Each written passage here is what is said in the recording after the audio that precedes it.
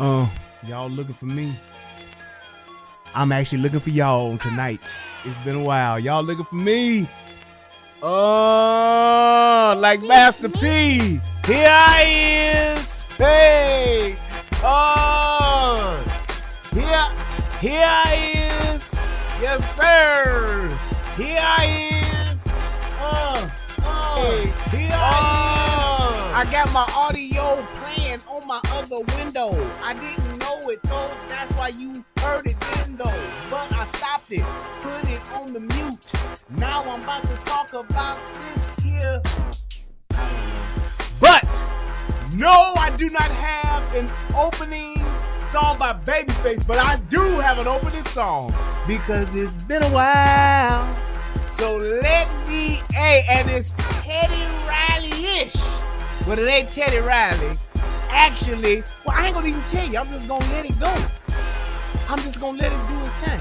That's what I'm gonna do. Ain't no point in me trying to set it up because it is what it is, and you gonna hear what it is anyway.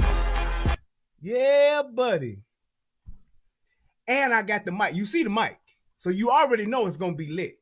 You already know it's gonna be lit. Hey, hey, lady.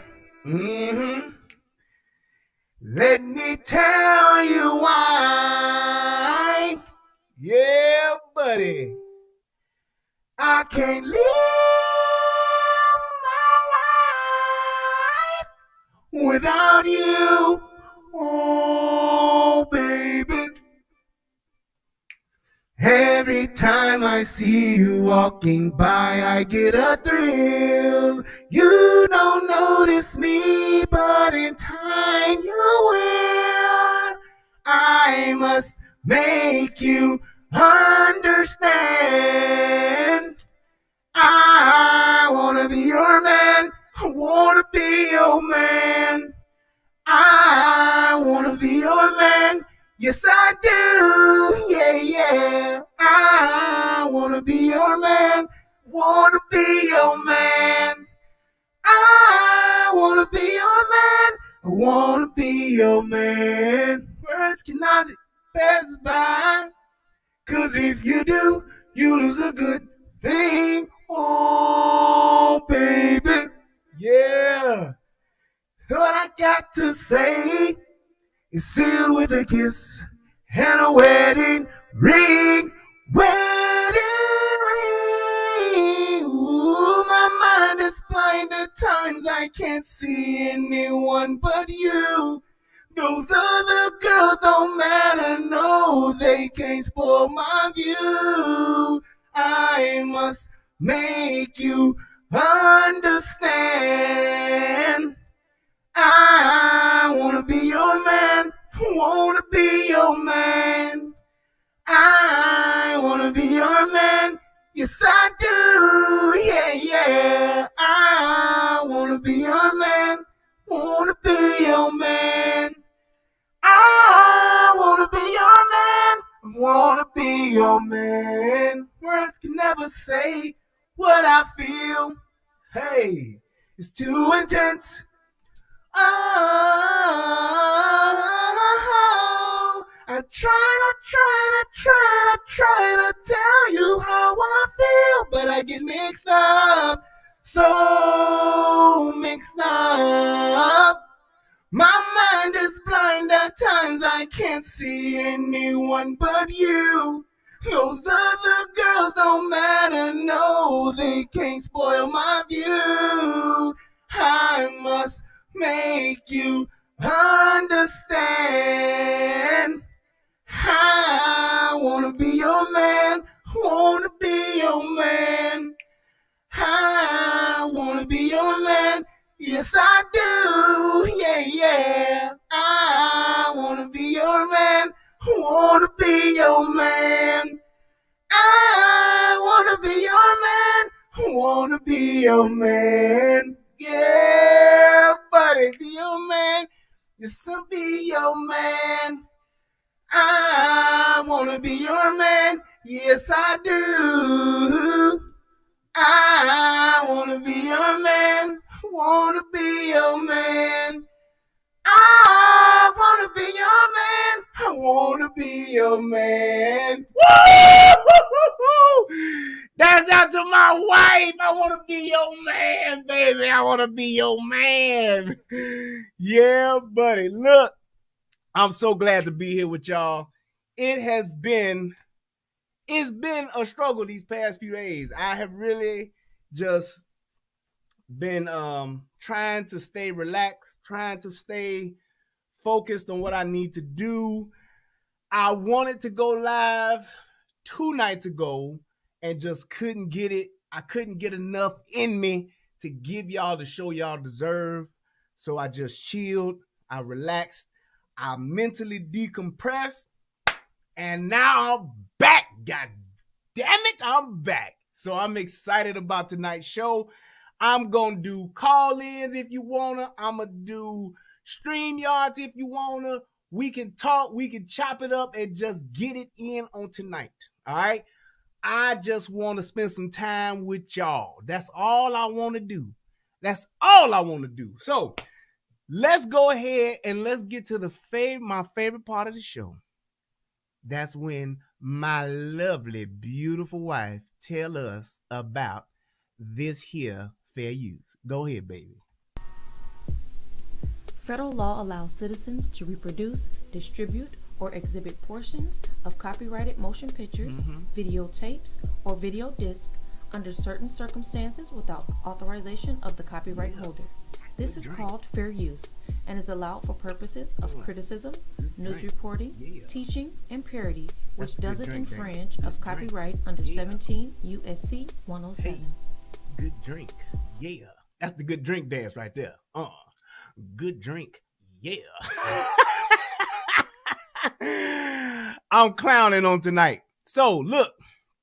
I want to show y'all that. I want to show y'all this first. So, here is the question.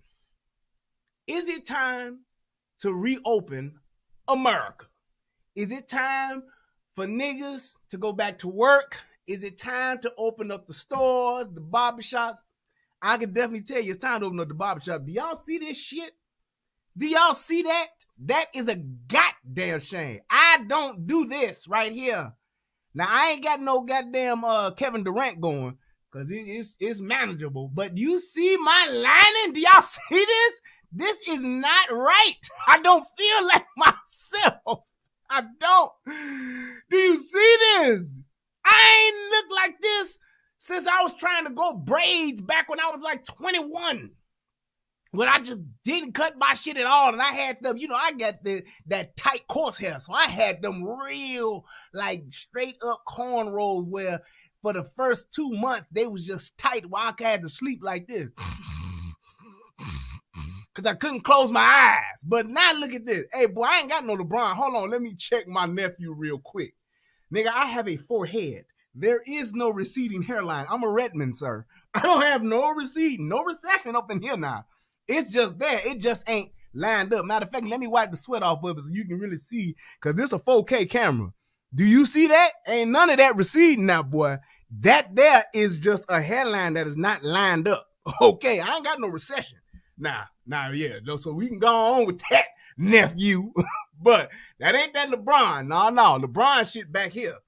LeBron head back. He got this shit going on back here. Anytime your headband start up here and come across, then hooking around your ears, nigga, you trying to hold on. That's what LeBron do. LeBron, all this on LeBron is gone.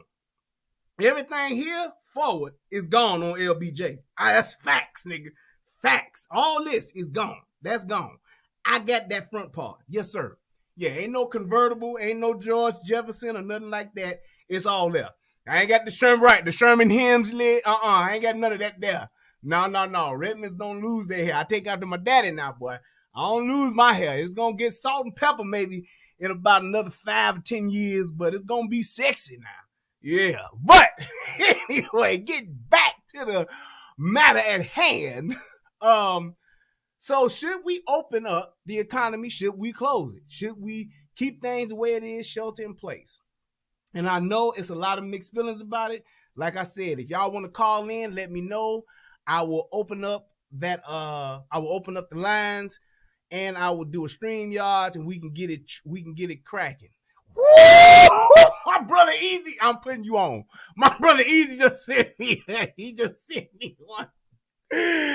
We struggling out here, y'all. This ain't look at that boy there. Oh my God. That nigga. But we looking like we almost homeless. We looking like we homeless.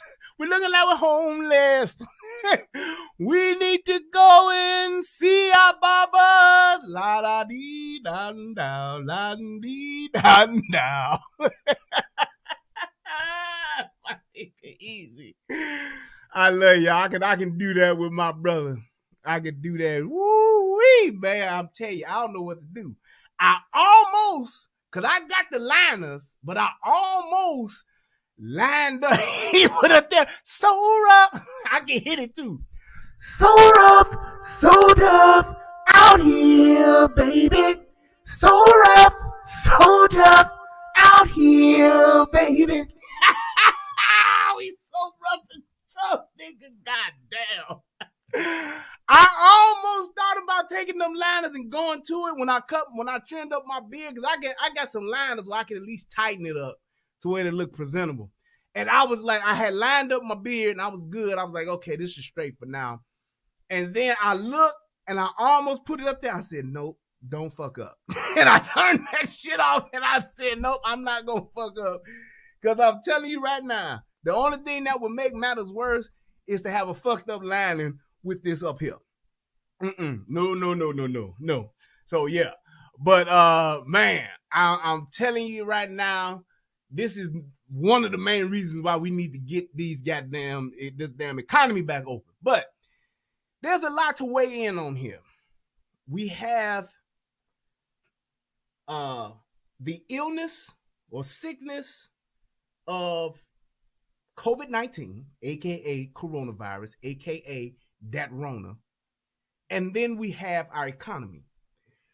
And I've had this conversation with my brother. I had this conversation with my brother Easy. I had this conversation with my mother, actually, even. And one of the biggest things that we have to weigh into this is that the level of sacrifice. And hear this, and I'm gonna tell y'all like this. And just me doing the research that I've done, looking up the numbers, looking where we're at, looking at where we're probably projected to go and where we're projected to be, you have to look at it like this. We are literally sacrificing millions of people's lives.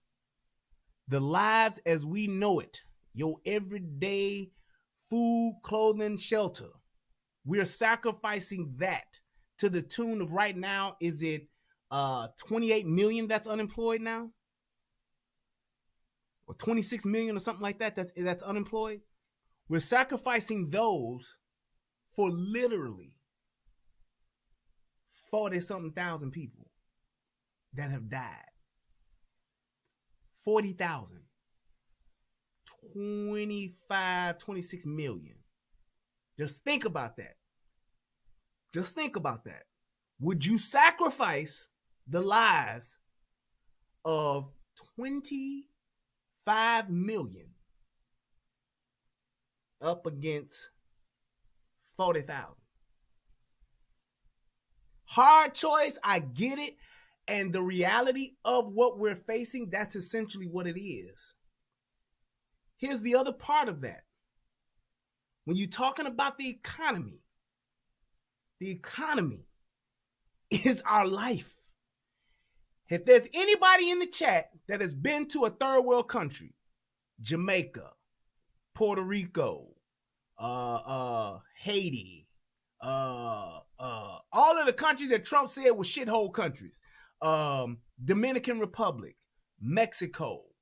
If you've been to any of those countries, do you know why those countries are the way that they are?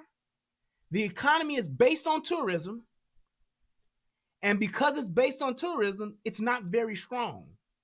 It's not a very strong economy because such a major part of it is based on that. Also, their currency is not strong.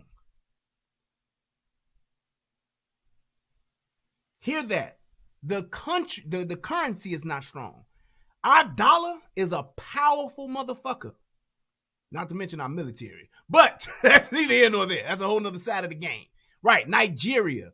Think about it like this. Every foreigner that you fucking know that came over here, their economy is fucked up and it ain't as strong as ours. You look at Venezuela, you look at the Dominican Republic, you look at the Mexicos, the Jamaicas, the what's the other one that's right by Dominican Republic? Damn it, I can't think of it. What's right next door to the DR? Is it Haiti? Is it Haiti? Yeah, I think it is. But when you look at those countries and you look at where they are and why they aren't able to thrive and to have shit, to have the infrastructure, to have shit like internet. Do you know most third world countries still got internet cafes? Nigga, we ain't seen an internet cafe in this country since probably the early 90s. Niggas don't go to internet cafes. That internet cafe here in America, that shit lasted maybe 4-5 years. We had the infrastructure to go from internet cafes to in-home what do they call it? Sohos? Home offices. Small office, home offices. Like that. That's because of our economy. That's because of the power of our dollar. We're able to, the technology that we're able to produce, the ideas and all of the shit that we come up with, it all fuels the economy. Here's something that I thought about today. When you're talking about everybody that's sitting their ass at home that got government jobs or jobs that are by big companies. Think about the big company jobs. Those people that are getting unemployment, you're only getting 2/3 of your check. So all y'all motherfuckers are sitting at home thinking y'all living it up and enjoying y'all quarantine, having quarantine parties and all that, you're only getting 2/3 of your pay. The other part of that is, think about the people who are 1099 contractors. For those of you who don't know what a 1099 contractor is, let me tell you. It's a person who's basically their own business. 1099 contractors, beauty salons, your hairstylists, your nail techs, your barbers, your lawn people, the people that go out and cut your grass, all of those people. Give me some more 1099 contractors. Your independent your computer repair people that fix your computer on the side, the people that have car washes, those are 1099 workers. Okay, these small businesses, most of them are 1099 contractors. Your tailor, shout out to Taylor's Row in Chicago, baby. My man Daddy-O, the best tailor in Illinois, plain and simple. Taylor's Row, the best tailor in Chicago, hands down. Master Taylor, Eric Taylor Sr. You want to get cut up? That's where you go. Anyway, and his son, Eric Adams Jr., the boy sold like an old Mexican lady. I swear to God. If y'all ain't never believe shit, I'll tell y'all, believe that. That nigga right there, fuck all the shit he know about technology. Yes, he's a manager and all that shit. That nigga sold like an old Mexican lady. I'm telling you, he sold his ass off. Seen it with my own 2 eyes. But getting back to it, you talking about, yes, your mechanics, your Uber drivers, your Lyft drivers, your DoorDashes, your Grubhubs, your shops, all of those people don't have unemployment. They don't get the same benefits that a lot of people that are at home get. You've been working at Jules or whatever, you working at your IBMs, you working at your Facebooks and all that. Yeah, they got unemployment for your ass. You working at Amazon, they send your ass home. Yeah, you get unemployment. However, you only get it for a certain amount of time. Your strippers, there you go. That's right. Strip clubs are closed. Well, I haven't been to strip club shit in my fucking 30 years, probably with 20 years at least, easy. Shit, no, it's probably been longer than that. I ain't been in a strip club since I was in my fucking 20s. But point being, ain't no strippers at work right now. Think about that. But here, I'm about to really blow your mind. I just thought about this today, and what's so funny is that I ain't heard nobody else talk about this. I ain't seen it on the news, and when I thought about it, I said, fuck, I need to Google that. So I Googled it, and I saw this, and this blew my mind because it's like it's so ironic that we never thought about it, or it hasn't been talked about, but it is a huge part. It's a huge part of our economy in certain parts of the country, and that is none other than Las Vegas. Las Vegas. Do y'all realize ain't no fucking casinos open? As some of the old people say, a casino. As some of the younger people say, casino. The casinos are not open, y'all. Think about that. Do you know how many people are in fucking Las Vegas that work at the casinos? Do you know how many people want to go to the casinos? The Las Vegas economy is a lot like a lot of third world economies. They are They are solely fueled by tourists. They need niggas flying in and out of Vegas in order to make money. Check this shit out. Let's go ahead and let's watch this footage. It's a city that never sleeps, but now it's deserted. Look, I've never seen that. Do y'all see that? Do y'all see that? That is a 1, 2, 3, 4, 5, 6 lane highway on both sides. Empty. 6 lanes. Exactly. And you see one car. Think about that.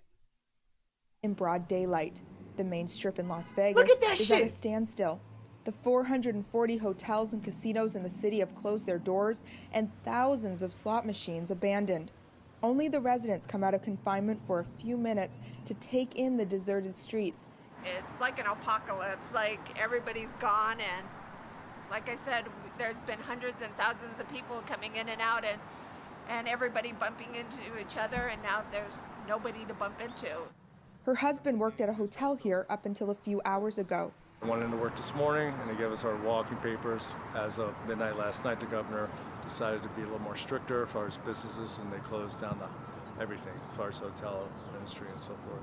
At the entrance of the city, this iconic sign is usually overrun by tourists, but now locals can take advantage of their absence. TJ Habashi is a dentist in the area, but his office has seen a drop in business as well. I laid off most of my employees. I have 6, so at this point I only have 2. Damn. We'll see what happens by next week. Beyond the neon lights of the strip, it's impossible for some of the most vulnerable in the community to follow the confinement That's the Salvation Army.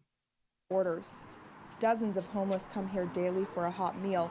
To ensure less contact between people, the lunch line has been replaced by takeout boxed lunch, and more people show up every day.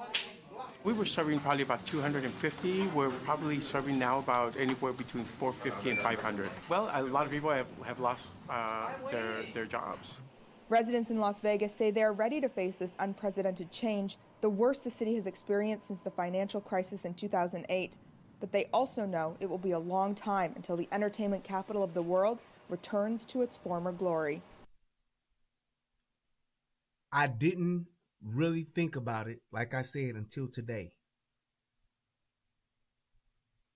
Vegas is fucking closed, y'all.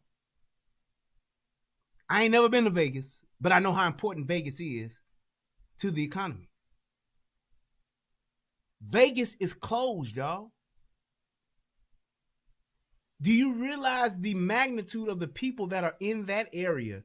That all those people that are there, they work in Las Vegas. They work in the city at a casino or at a hotel. They're at a restaurant, or they're working at some type of transportation company, because that's all you're doing. I'm sure that the flights have come down to damn near a bare minimum because it's not people flying there. That's a place for leisure. That's a place for vacation, for hanging out, kicking it, partying. And people are not able to go there. So when you think about, what's up, Bolo? When you think about where they're at and what state they're in, and they're talking about keeping the economy closed until June, let me explain something to y'all. Everybody that's at home getting a check, everybody that's getting some type of unemployment, you're getting your stimulus, Hope they come with another stimulus package. They talking about doing that, probably will. But when you talk about doing this, it is not a sustainable way of life. I understand that some people are trying to take advantage of it because they get to stay at home, play Call of Duty, play NBA 2K and all that shit all night long. You can hang out and watch niggas like me on YouTube whenever you want, but there is a price to be paid. Let me tell y'all something. There is no such thing as a free lunch. I'll say that again. There is no such thing as a free lunch, people. A price will be paid for this shit. I'm telling y'all, a price will be paid for us staying at home, talking about self-quarantine, shelter in place, all this shit, being at the crib, kicking it. It's all good right now, but we haven't gone full circle with this shit yet. This is dangerous. We are not just saying, oh, we just got the economy closed and once everybody ain't sick no more, then we go back. No, it ain't that simple. This is devastating. There are businesses right now that ain't gonna reopen. There are small businesses right now that ain't gonna reopen. If they open the economy up tomorrow and said, all right, everybody go back to the shit you was doing, they ain't gonna be able to do it. The small business loans that they tried to give to people to actually subsidize their financials and until this shit get back open, they couldn't make it. They ran out of money. All the people who have good home jobs are the only ones talking shit. Yes, just because you think you have it, you gonna find out when you go to the store and somebody knock your block off. You right. Because here's the thing. The people that work from home today, right now, and even the people that are possibly able to work from home, it's not enough. It's not enough. The economy can't thrive that way. You got to remember, there are companies that make shit that's here. There are companies that get parts from other parts of the country that assemble shit here. We make shit and send it out there. And if people can't come to work and do that, these big companies are going to start closing their doors. Motherfuckers filing for bankruptcy and all that shit. People think, oh, they'll be able to come back. It ain't that simple, y'all. Do y'all realize back in 2008 that because the banks couldn't fail, they had to bail out the banks, bail out the car companies? Do y'all understand why they had to do that? Because if they would have went under, it would have been such a blow to the economy that we would not have been able to recover. So when Obama and them was like, yeah, we got to save these motherfuckers. We got to get these motherfuckers. I know it sounds crazy, y'all, and it's a fuck ton of money. And then those assholes turned around and bonused on that shit, which was fucked up. But they couldn't let them fail. But there are so many small businesses now that are. Here's what's going to happen. If we don't have enough shit going out, we ain't going to have enough coming in. If that circle don't go, matter of fact, let me pull this shit up right now. Where is my image? If we don't have enough shit coming in and out, it's going to fail, guys. And if this shit fails, companies are going to close. If companies close, people are going to be out of work. And y'all think it's okay for people to be out of work? Yeah, it's okay for a certain amount. But this government is not equipped to handle 22 million, 25 million, 30 million people all at the public aid office. Ain't enough stamps to go around for that shit. And everybody say, oh man, they just print more money. They making this shit anyway. Yeah, but they can't do it at that rate because then it becomes a point to where they say, y'all ain't got this much gold to support these dollars. Y'all can't get a loan from China no more. Now y'all fucked. So what happens? The dollar value decreases. The value of the dollar decreases. The faith in the currency decreases. We fucked. Everybody else, the big players, the Chinas, the Englands, they're going to be like, fuck y'all. Y'all niggas ain't shit now. Don't nobody believe in that dollar. All these people y'all got that ain't got no jobs, ain't because these companies these companies ain't sustaining. That's it. Fuck y'all. Now we become a Jamaica. Now we become a Mexico. The euro, there you go. Right, Russia already talking shit. I'm telling you, America is on top. The reason why we are the top dog is two reasons. That almighty dollar and all the motherfucking guns we got, baby, because we got a lot of guns for your ass, nigga. Guns, glorious guns. We got that army and we got that dollar.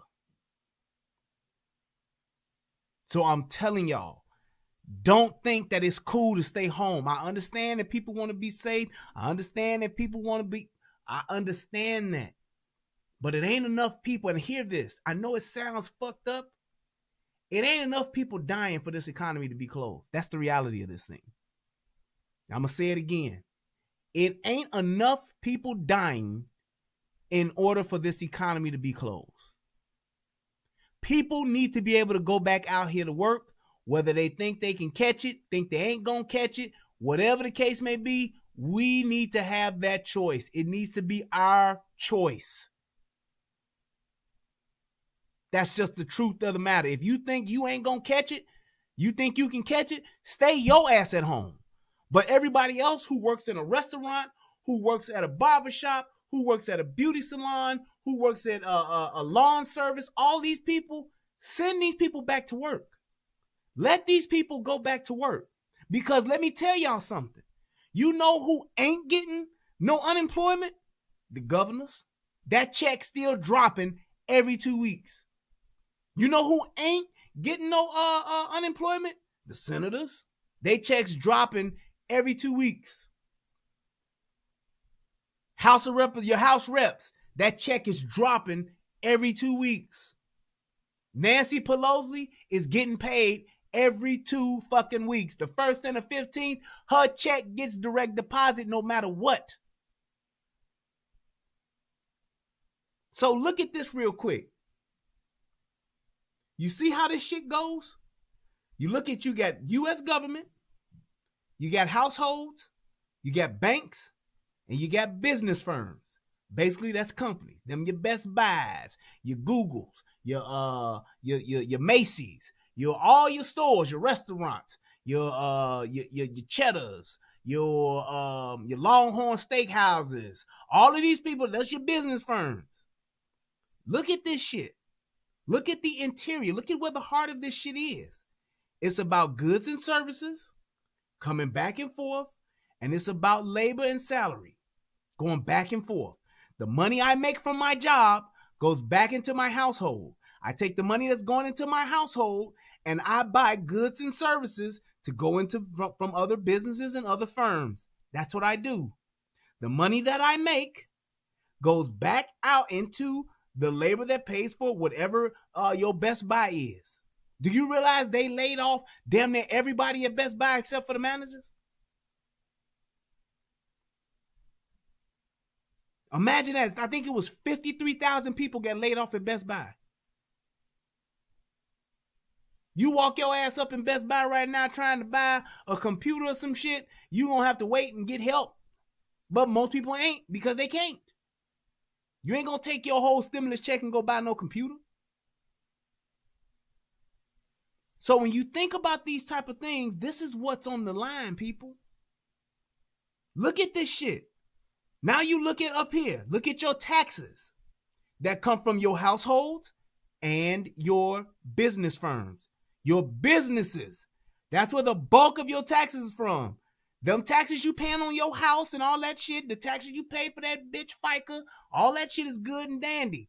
Them taxes that they paying at these big boxes that Amazon is paying, the taxes that Macy's pay, the taxes that AMC theaters pay, that's what goes back into the U.S. government and to your local government to fund the shit that you got. Your Walmarts and all of that shit, that's what goes back into that. They paying the bulk of these taxes. That's why the government is able to cut your ass a check for $1,200 and $500 for your kids. They can't keep doing that. Do you understand the reason why they don't give public assistance people cash money? They give them what? Food stamps. And they give them a little bit of change. They can't keep giving them cash because it ain't enough cash coming in to give to all these motherfuckers that ain't putting nothing into the economy. All they're doing is spending this shit. They ain't making shit. So when you think about that shit, then you think about the loans. Think about the deposits coming from these businesses and these companies. You think about the deposits coming from your household, which is coming from your job, which is going into your banks. And then the banks are then sending that money back out to these businesses so that they can expand their business. They're giving them loans and all that shit. Here's the thing. Take out that middle part where ain't no more goods and services. If this business right here fails, you take that chunk out. You take out the business firms. Matter of fact, let me see if I can use my tools here and actually do something fancy. I think I can, if I can remember how to do it. I think I can do it. I think I can. You take this out. Look at that. Look at that.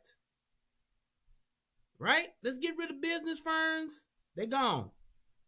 So you have a large portion of your businesses that close. Goods and services can't be provided. Let me give you an example of goods and services that can't be provided. If I can't afford to pay for lawn service businesses go kaput. They close. Lawn services have commercial accounts and residential accounts. If ain't nobody buying their services, that shit closes. So now, because I'm sitting my ass at home collecting unemployment, I can't afford to do that. I'd rather cut the grass myself than to pay this motherfucker $80 or whatever to cut this shit. I ain't doing it. So now that's a business that's closed. Ain't no more goods and services in that area. Now what? I ain't getting no wages because I'm not working. I'm collecting unemployment. So now this shit is gone. Do you understand this? I hope that this is making sense to y'all. This is gone. Goods and services is gone. So yeah. You see? You see all this shit is gone now?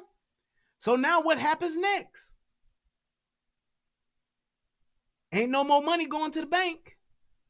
Because I ain't making no money. And let's just say, if that shit collapses like it did in 2008, the banks ain't gonna even trip on foreclosing because they can't sell shit because ain't nobody there to make shit. If it ain't enough money to be made in the housing market, they gonna be like, fuck it. That's why people were walking away from their homes in 2008. They were like, hey man, shit, the keys in the mailbox, nigga, fuck y'all. I can't do nothing. So now what happens? The banks ain't fucking with us no more because ain't no more residential banking. So now what does the banks have? Commercial banking. Ain't no more commercial banking either. Ain't no new businesses. Small businesses have closed. Big companies said, fuck it, we can't expand. We can't do shit. We barely making payroll. The ones that survive. So now this shit is collapsing. You see this shit, y'all? I hope somebody can see where this is going. So now what's left? Your banks, your government, and your households. Who do you think is going to have your best interests at heart? You think the banks give a fuck about you? Nope. Especially now because you can't give them nothing. You ain't banking with them no more. You can't pay them nothing. You can't take out no loans because you ain't got no job because your ass at home quarantined. Shelter in place. Now they ain't coming to foreclose on your house yet because they ain't got nobody to sell that motherfucker to as of yet. So now let's take them out. What's your source now? Your U.S. government. So this is all you got. All we got is us now. So it's no more businesses, no more companies. It's just your ass at home, depending on your source. And in this case, unfortunately, your source ain't Jesus. Jesus ain't your source right here. Your source is your government. Let me tell y'all something. The last motherfuckers you ever want to depend on for survival, for your being able to eat, for you having shelter, for you having clothing, all of those things that you need as bare necessities, the last motherfuckers you want to depend on for that shit is these motherfuckers right here. Because you know what the government does? They give you just enough to get by. Bam, bam, bam, bam, bam, bam, bam, bam, bam, bam, bam, bam, bam, bam. Bum bum bum bum bum bum bum bum bum bum bum bum bum bum. Just to get by, just to get by, just to get by, just to get. They're giving you just enough. Have you ever seen somebody on welfare thrive and turn their lives around and go live a fruitful life and get off of it? No, you have not. Have you ever seen that? You know why? They're giving them just enough to get by. Keeping your head above waters, making a way when you can, temporary layoffs, good times, easy created rip-offs, good times, scratching and surviving, good times, hanging in the child line, good times. We still lucky we got them. Boo, boo, doo, doo, doo, doo. Good times.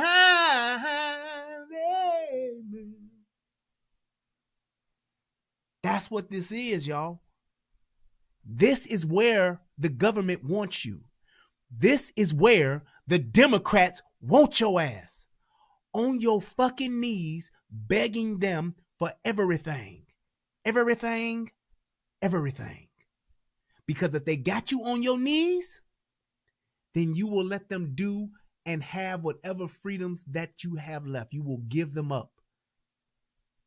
If a motherfucker told you, I can give you this food, but you got to take your ass in the house every day from 8 to 8. What the fuck you gonna do?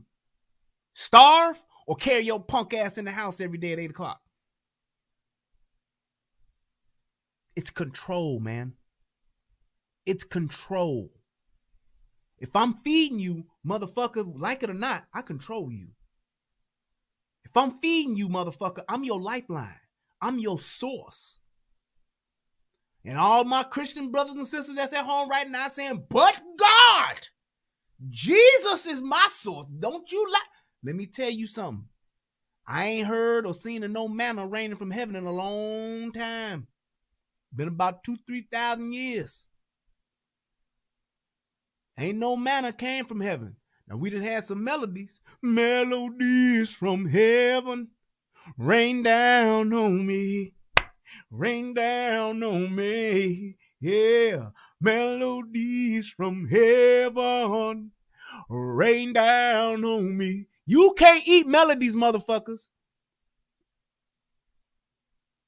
News alert. You cannot eat melodies. Believe that. If you don't believe nothing else, you can't eat prayer. You can fast, but you can't eat prayer. You can't eat hoping and a wishing and a praying.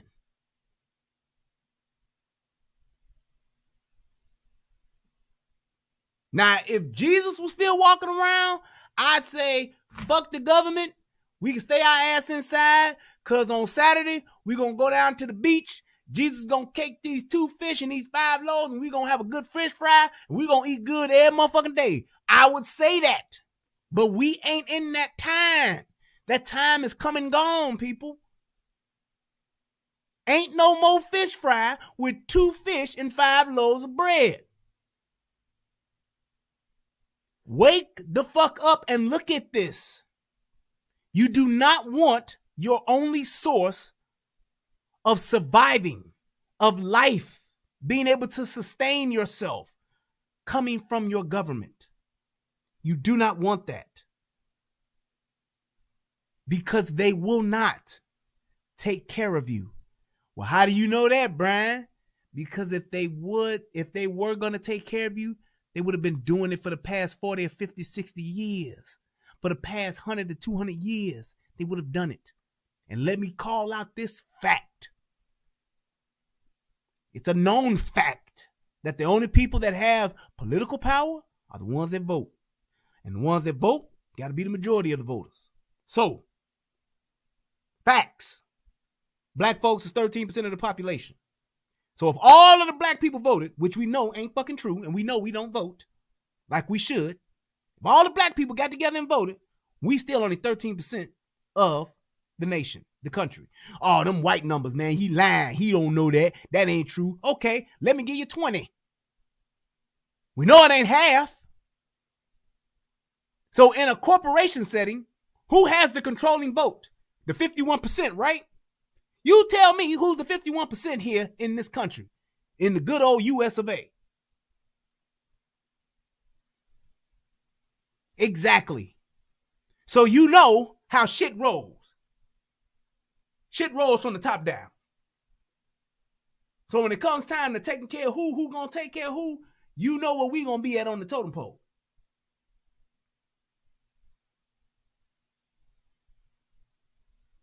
I'm telling y'all. You don't want this. You don't want it to just be where it's your house and the US of fucking A.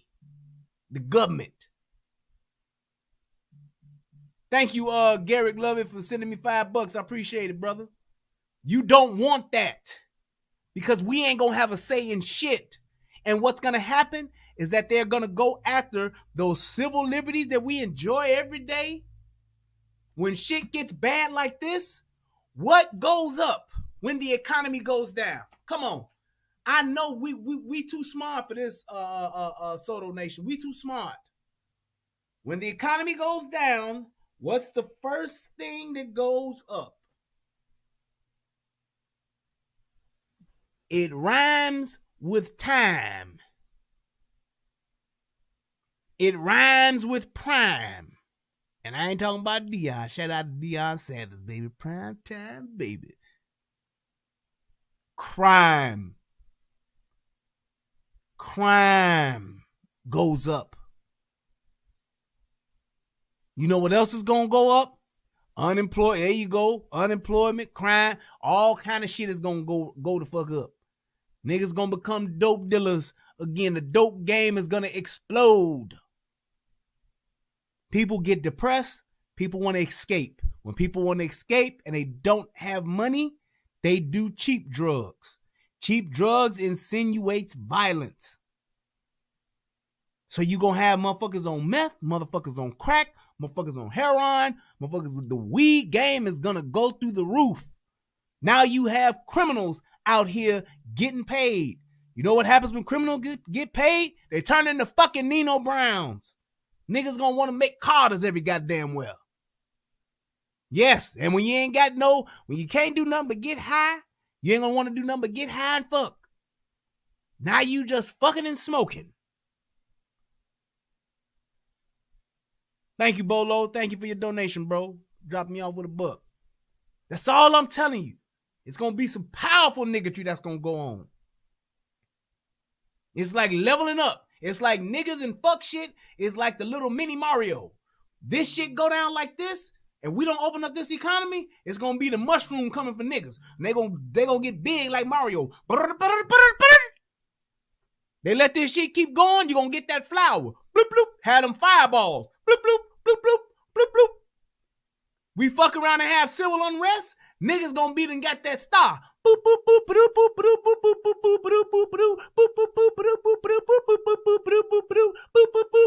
Just be running through niggas. That's what's gonna happen.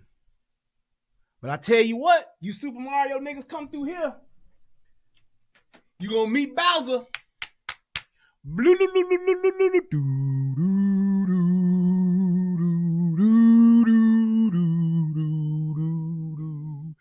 motherfucker shoots fire. Believe that. I got this. All you motherfuckers talking about us gun nuts? Yeah, y'all motherfuckers banning all them guns and shit. Y'all gonna be knocking at my door. Hey man, you think we could just bunk out here for a couple of days? Nope. I got money. Money means nothing here. You don't have gold or food? Get the fuck out my face on the internet and at my front door. For I rack this motherfucker. I'm telling you right now, that's what it's gonna get to.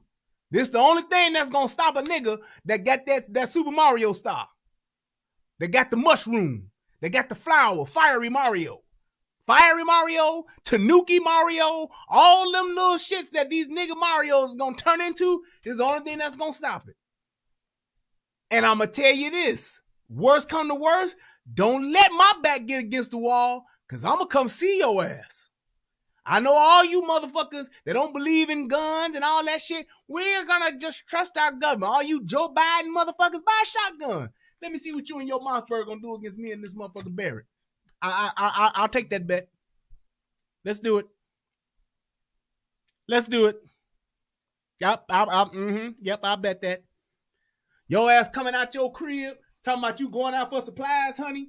Or you go out for supplies, and you on your way back in, and you be like, open the door, honey. And then your ass see this. Yeah, You see that. Hey, player. Hey, homie. Just go ahead and drop it, man. If you want to go inside, drop it.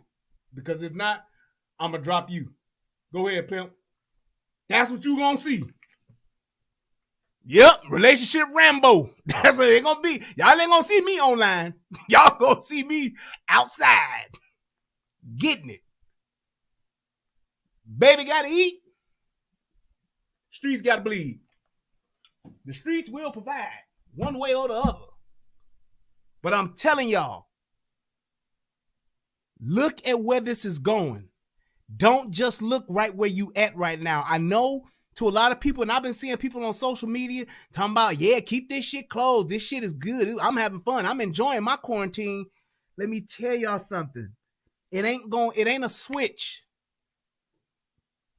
It's not a switch. You don't just shut this shit down and then just flick the switch and it's back on and everything's hunky-dory again. It don't work like that.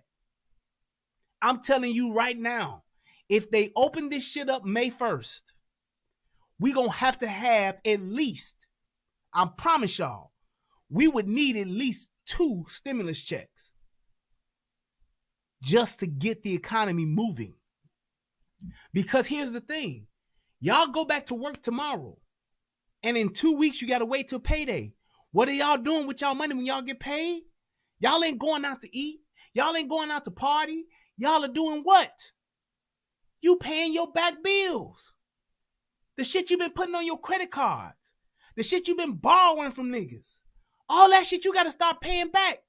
That's going to be at least 2 to 3 months for most people. You're going to be paying your bills. So ain't no money being spent. No goods and services are being purchased. You paying your light bill, your gas bill, your cable bill, you getting your car fixed.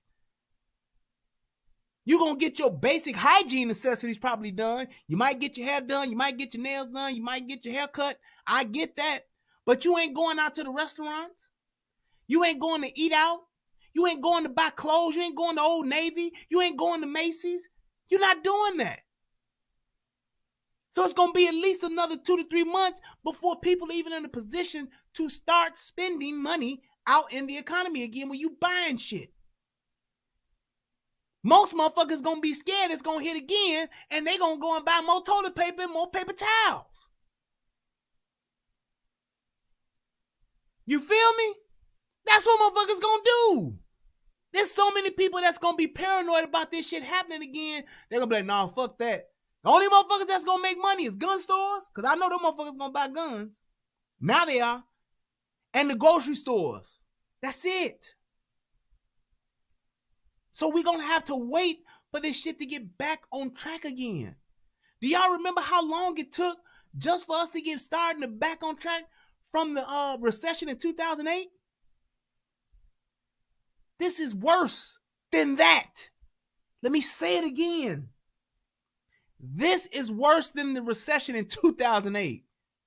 Because once this corona shit is over, I promise y'all, if we wait around long enough, we fuck around long enough, there will be a recession.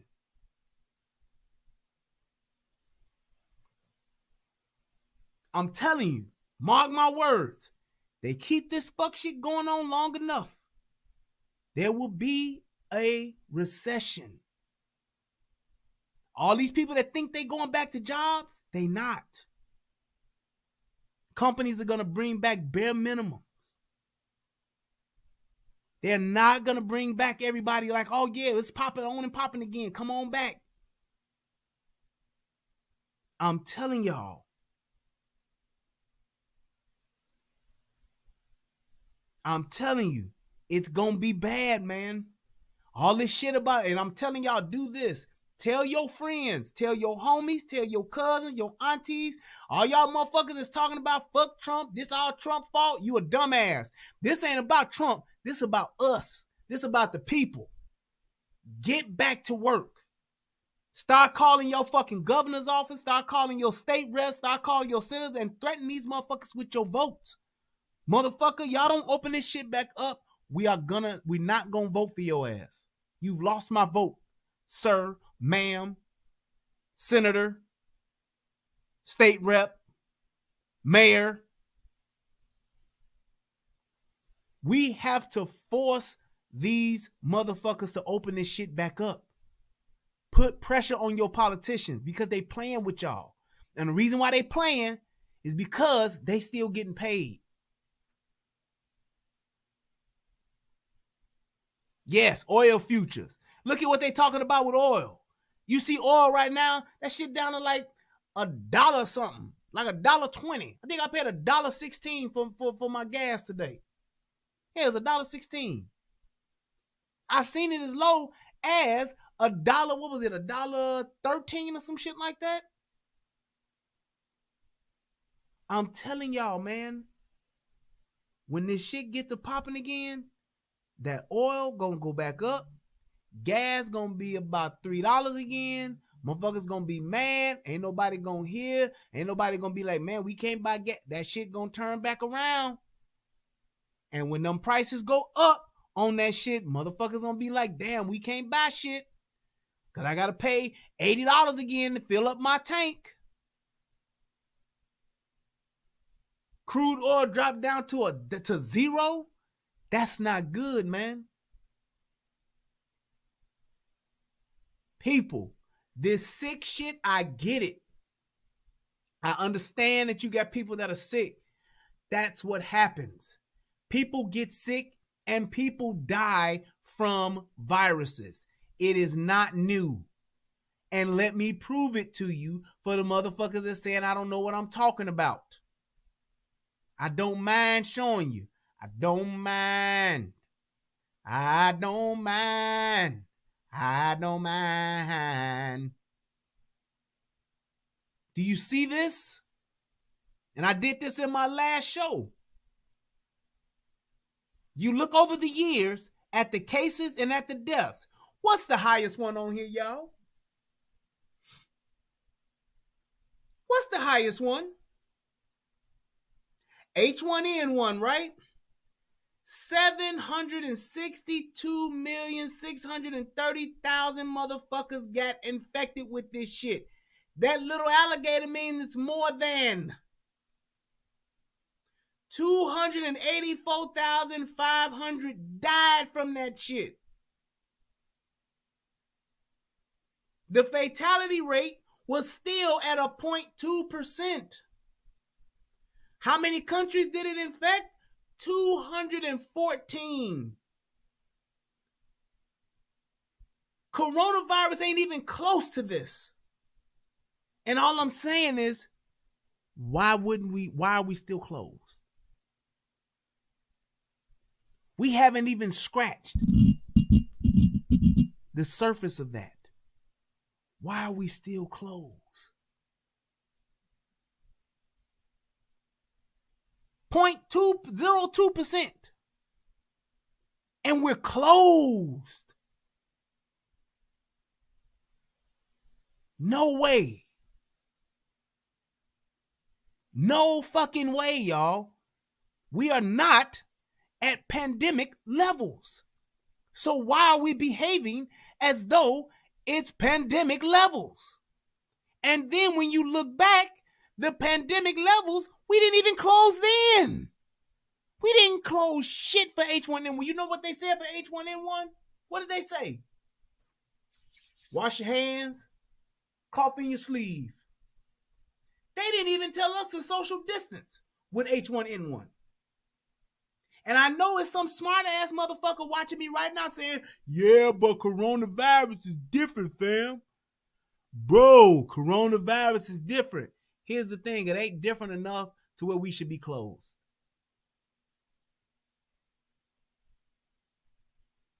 Exactly.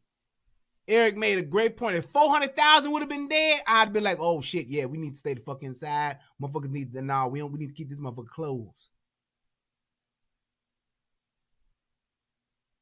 It's not more, here's the thing.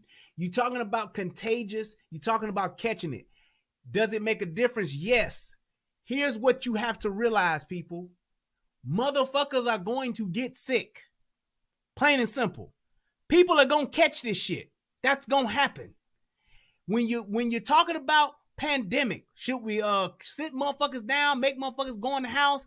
That's because there's so many people dying. Not catching it, dying from it. You understand that? Do y'all realize that motherfuckers didn't even hear about this Hydra? Motherfuckers didn't even, the bird flu, you heard a peep about it. Motherfuckers didn't even hear about Nipah. Motherfuckers barely heard a little bit about SARS. H1N1, you heard about it, but what did people do? Shit. MERS, you just heard about it. Bird flu, you just heard about it. COVID-19, shut everything down. And I understand that there are people that are gonna die from this. I'm not trying to make it seem like that don't matter.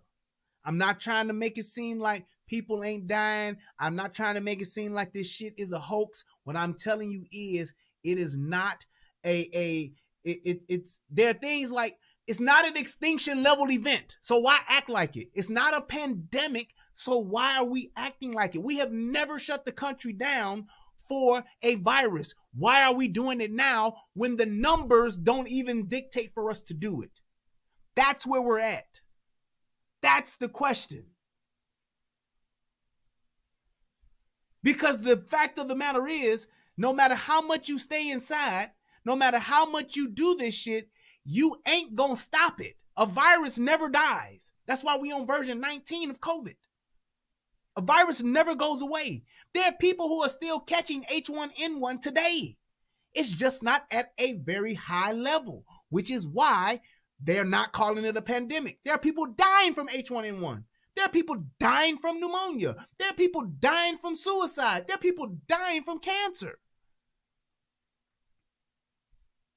Yes, because it's airborne, it is.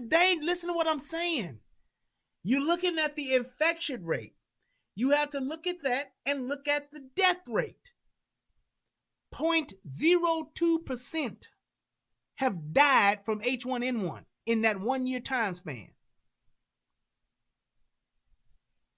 That's nothing compared to 762,630,000 people that caught it.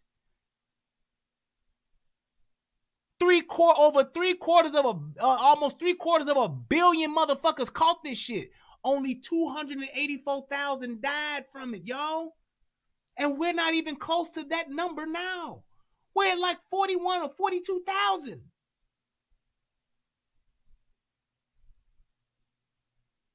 And I'm not going to even, I'm glad you brought that up, Eric. I'm not going to even get into the point to where, and this is a fact, they are padding the numbers. Do you realize that they're counting any death that is COVID symptom related as a COVID-19 death? What that means, let me explain that to you. Let's just say I have a really bad asthma attack. I go into the emergency room and I fall out and die. My inhaler didn't work and I die from an asthma attack. You know what they mark my death as? COVID-related death. Let's say I have emphysema, 75 years old. I go in, I'm not feeling good. I'm coughing and shit. I die. Emphysema, my lungs and finally conked out on me. You know what they call that? COVID-related death. I catch pneumonia. I die. You know what they call that? A COVID-19 death.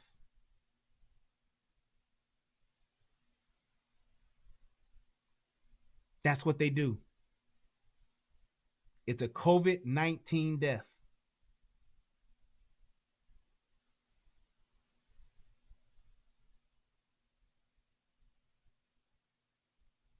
That's what it is. Hang tight. I'm gonna see if I can play something for y'all. Do do do do do do do do. My brother Eric just sent this to me, so I'm gonna trust it and see if it works. Let's do this, and let's do this, and there we go. Yeah, baby. More so, I want you to hear it than anything, so we'll just try to go from here and play it. We're 25 News, and we're digging deeper, shining the light on local stories that affect your life. Now more than ever, we're digging deeper. 25 News, your home team. Illinois' virus-related death toll continues to climb. The Director of Public Health took time today to explain how the department rules someone an actual COVID death. It can be a little confusing. She says anyone who has COVID when they pass away will be included in that category. Dr. Ngozi Ezike explained this does not mean the virus caused that death, but if someone does test positive for COVID before dying, that is classified a coronavirus fatality. You were in hospice and had already been given, a few weeks to live, and then you also were found to have COVID, that would be counted as a COVID death. It means that even if you died of a clear alternate cause, but you had COVID at the same time, it's still listed as a COVID death. So everyone who's listed as a COVID death doesn't mean that that was the cause of the death, but they had COVID at the time of death. And Dr. Ezike also said one of the health department's top priorities, of course, is continuing to best protect the most vulnerable and immunocompromised groups. There you go. Did I lie? Did I lie? So I'm telling you right now, the numbers ain't what they are. They not what they telling you is not true. It is literally bullshit.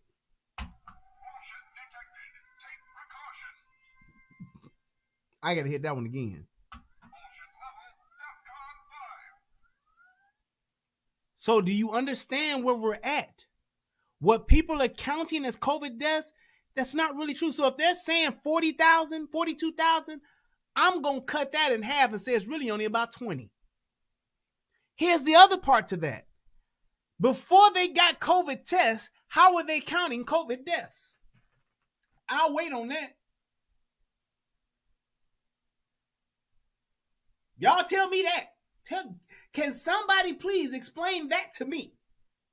Before they had COVID-19 tests, how were they able to count and determine COVID-19 deaths? Tell me how. I'm not a medical professional. I am not I'm not a virologist.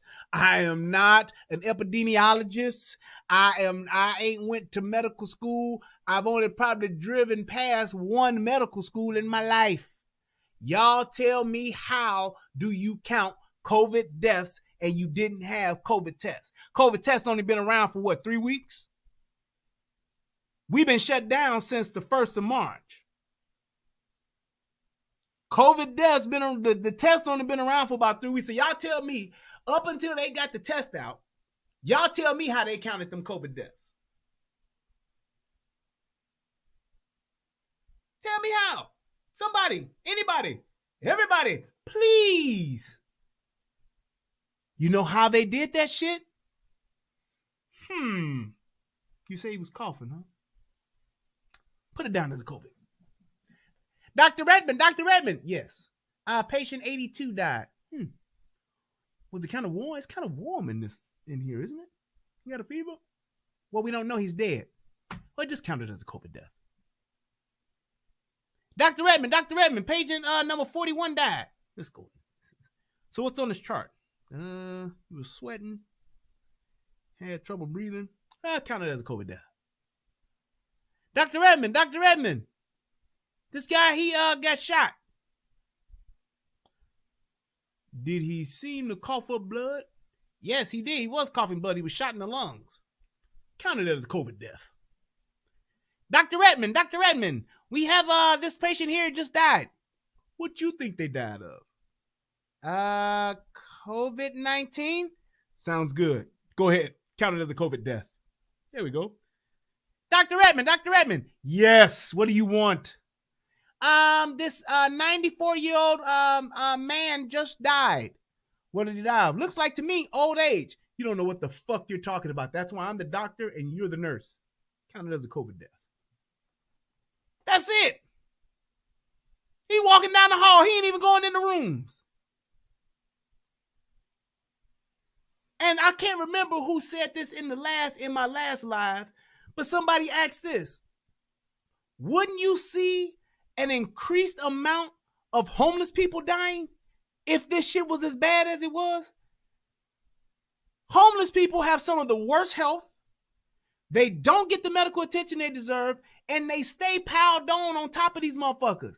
You would literally see the homeless men and women, and you would see the homeless shelters, the people that work in those shelters, they would be the ones getting this shit the worst. In classic zombie apocalypse nature, the first zombies to really get turned out and get attacked are the homeless. They are the ones that will get fed on first. They become the zombies, which is one of the main reasons why when you see zombie apocalypse movies, they all have on tattered and fucked up clothes because the bulk of the zombies that get turned into zombies are the homeless first. Shit, the worst of the worst get it first. So it's going to go like this. First, all of the zombies should die. First, all of the homeless should turn to zombies. Then all the niggas in the ghettos gonna turn to zombies. Then all the white folks in the trailer parks gonna turn to zombies. And it works its way up from there. That's how this shit go. So the minute they tell you there's a zombie apocalypse, you are to run to your most affluent suburb first. That's where you go. Don't go to the hospital. And then you go and try to take over a jail, a small prison. I swear for Lord, boy, when I watched, I was a big fan of watching The Walking Dead. When they took over that prison, I was like, now this is where they need to be. This gives you everything you need. Security, land, defense, sales. You can lock motherfuckers up, and they found some kind of way to fuck it up. But that's a whole nother live. But I'm telling you, think about it. The people with the worst health are your homeless. They would have been, and what I'm saying to you is, not saying that ain't no homeless got sick and went to the hospital, but they would have been dropping dead in the streets at alarming numbers. They would have been, the police would have been like, look, we're finding homeless people every day, every hour that have died from this shit. That's what you would have been hearing. And we have not, and you did not, which lets you know, and this is what I was saying about to you, Lat. I understand that there are people that have died from this, and I'm so sorry that you lost your dad from this. I am. The thing is this: there are millions that are going to catch this. There are only tens of thousands that are actually going to die. I will be surprised in the first year if we reach 150,000. I would be surprised if we got to 150,000 in the first year. So we talking from March to March. I'm going to be surprised. And I know they're going to fluff the numbers, but I'm telling you, I will be surprised if they might fluff them, and they're gonna be fluffed. But I'm telling you, I'll be surprised if we get to 150,000. New York asked for 60,000 hospital beds. They're only using 16. I asked for 60,000. I get 60,000. I'm only using 16,000. They asked for 30,000 ventilators. Trump just said the other day, we got so many ventilators, we're going to start helping Mexico out. We're going to start helping out Italy. All these other motherfuckers. That's how many ventilators we got to where we can start helping other motherfuckers with it.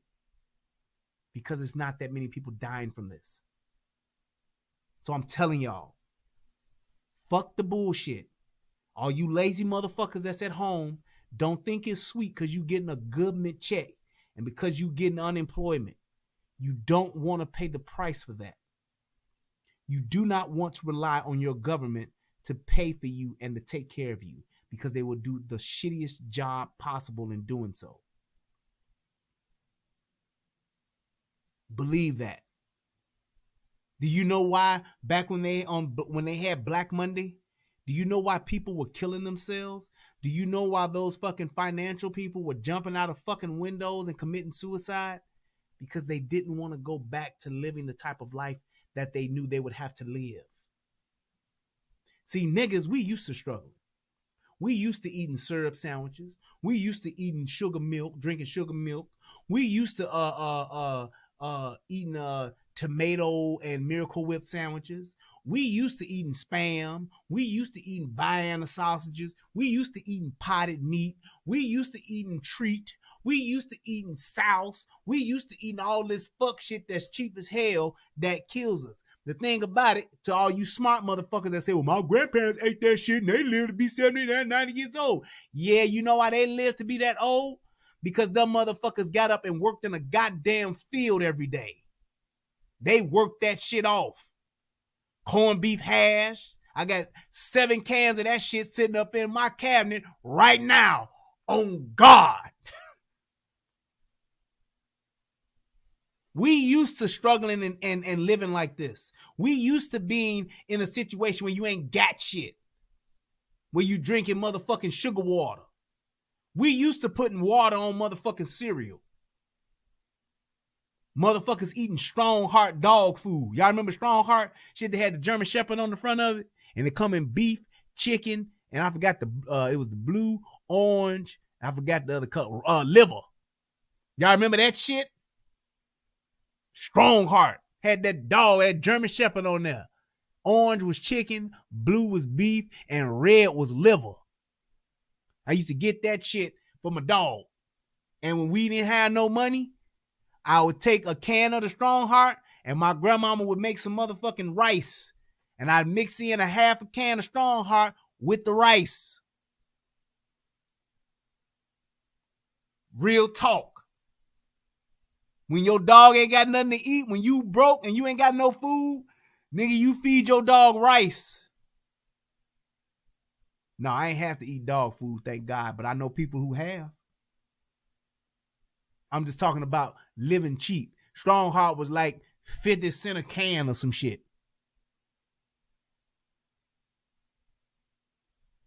That's what I'm saying. When times get hard, we know how to survive. We can take mackerel instead of motherfucking salmon and make mackerel croquettes. Right, top ramen noodles. 24 for $24 or 24 pack for $4, $5. I'm telling you, we know how to do that shit. Thing is, that ain't how you supposed to be living.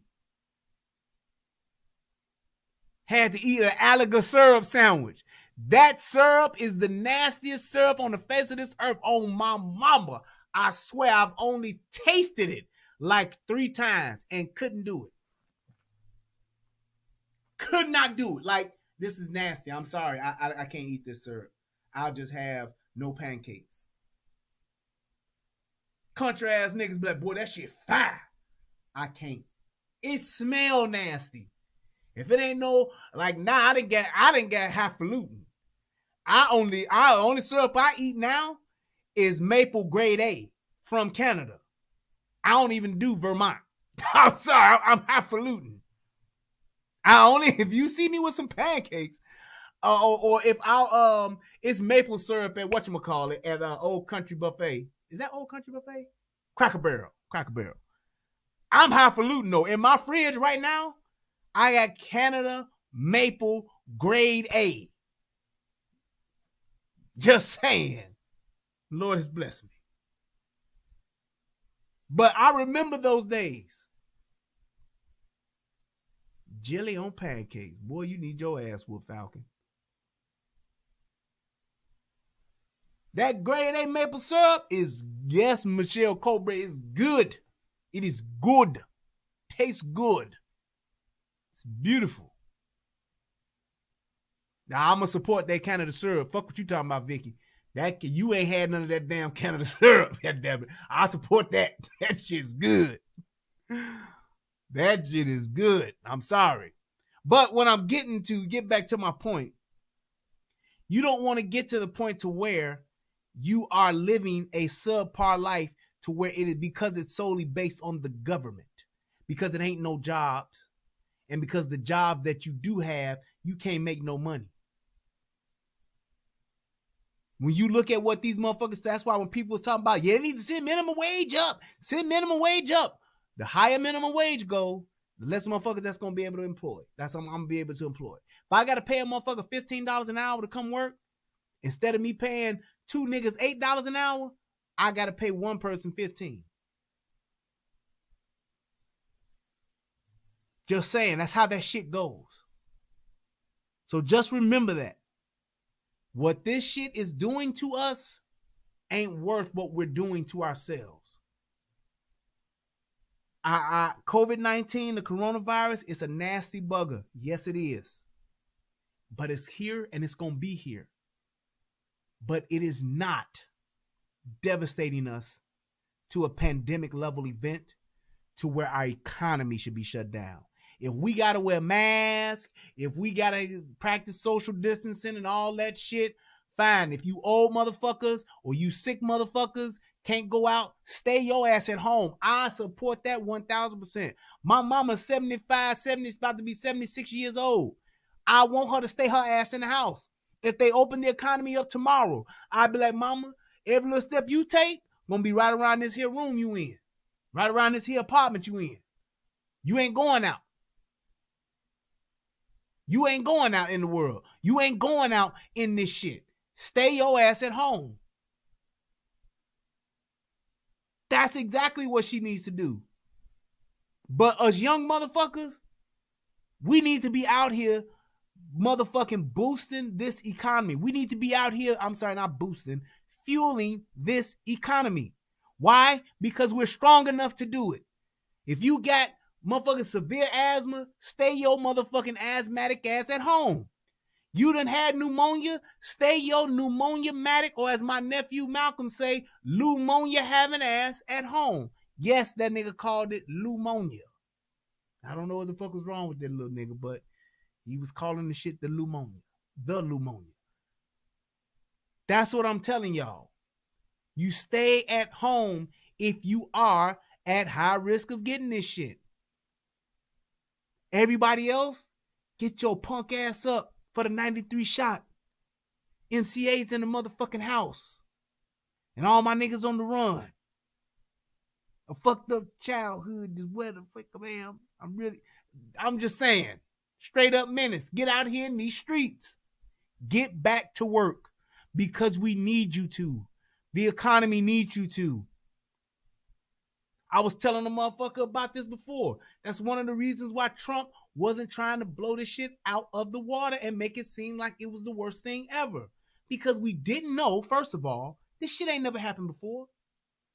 So all that trying to blame this shit on Trump, it was Trump's fault. He should have closed the border. Nancy Pelosi is on record. That bitch is on record saying, come to Chinatown. Chinatown is fine. There's no problem. We're all good here. Come on down here. And when they asked the bitch about it, well, bitch, you were saying the same thing that Trump was saying. Well, I was saying it because Trump was saying it because he was being a xenophobe. The fuck out my face on the internet. You lying bitch. You was saying that shit wasn't bad just like he was, just like everybody else was. Then Tony Fauci got his ass on here with his old Wuhan funding ass, Wuhan laboratory funding ass. His motherfucking ass got on here and said the shit was gonna be bad. And what would we do? I think I would, like I said, I believe the top epidemiologist in the goddamn country on TV saying this shit is fucked up, y'all. Cool. Let's do what we need to do then. Let's brace ourselves for this viral fucking. But when we see, oh, this shit ain't bad, then we need to stop and go back to what we need to do, which is work, fueling our economy. We the motherfuckers that make this shit go round. You sitting on your ass at home, you ain't doing nothing for yourself or for this country or for those that are gonna come after you. Exactly. He said we were supposed to be at 200,000 by now. But I'm going to tell you this on the flip side. Guess who benefits by this shit being shut down? Your politicians and Big Pharma. Who's in bed with Big Pharma? Your politicians. Your politicians. They're the ones that's thriving from this shit. Do you know what happened when Trump disbanded the motherfucking CDC? Well, he didn't disband it, but he cut it back. He made all them cutbacks. The people that will be doing the shit that's being done now, that the CDC would be doing, that's what these other companies that they've literally third party and motherfucking not resource. What is the word I'm looking for? They outsourced all of the testing shit to the pharmaceutical companies. The World Health Organization, yes, they outsourced all this research, all this testing.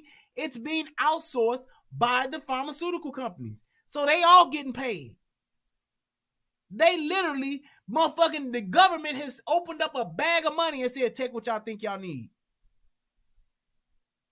That's what they pretty much have done. Because everybody's saying, we need a virus cure. We need the cure for the virus. We need the cure for the virus. We need the cure for the virus. I ain't taking no motherfucking vaccination. I'm good.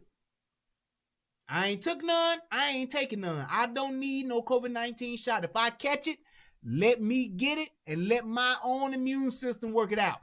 I got faith in my immune system. I take care of my immune system. I support it. I'll fight. Me and my boys will fight this battle on our own. Right. It's the underlay for the, it's the overlay for the underlay. You got it backwards.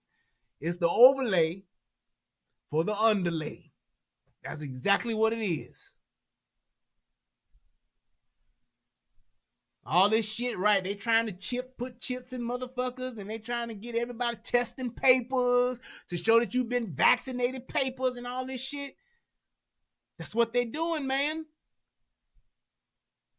So when you see these people in Michigan protesting, you see these motherfuckers in Florida protesting and all that shit, that's what you need to do. I get it, Kale's Nation, Sandra. Obama warned us of this in 2014 speech. In about 5 years, there's going to be an airborne virus that's going to kill millions. I ain't seen it yet. Maybe millions worldwide. Maybe millions worldwide, but it ain't millions here on deck.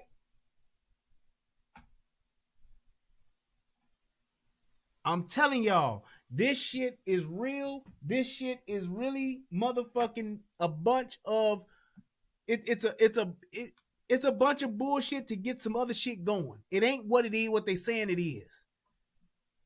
That's it and that's all. Do y'all want me to open up the lines real quick? Or I can do a StreamYards. Either way. Y'all tell me which one y'all want me to do. I can do either one. If not, we can go ahead and just get on up out of here and close this thing on out.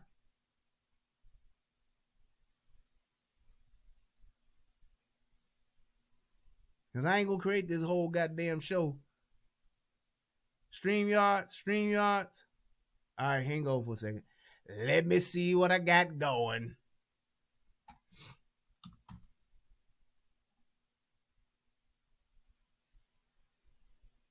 Let's see if I can open this shit up real quick.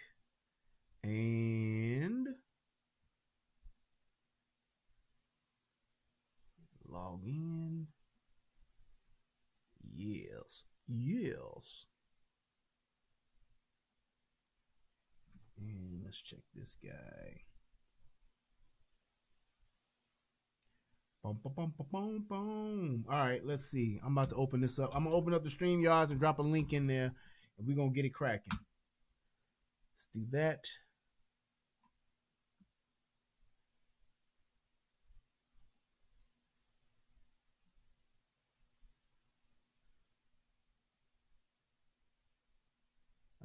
There we go. And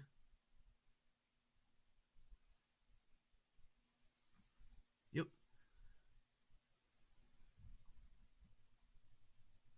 There we go. Record, and we're gonna do this as, what's the name of this damn show? Is it time to reopen?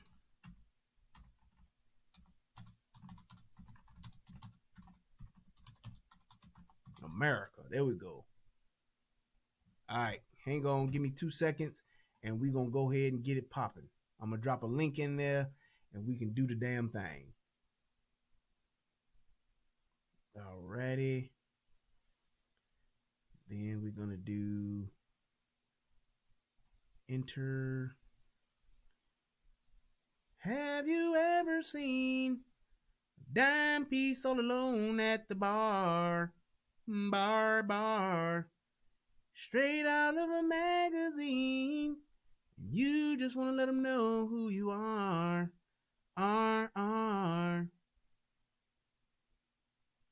Nope, I don't want to add myself. So I think I got it. If that's what you want to do. There we go. All right, I think I got the link right here. You've officially been chopped and screwed. Screwed, chopped and screwed. Luda! You've officially been hammed and screwed. Screwed, chopped and screwed. Shorty, why you acting like that? All you ever really want to do is just doubt me. All right, there we go. And I'm going to put it in the description box. The description box. There we go. And let's do that. Cool. That should be saved. My settings are being saved. Okay, the link is in the description box. I just dropped it in the chat. I will drop it again in the chat. And then we will slide this over here and slide that over here. And then I'm going to capture this guy here.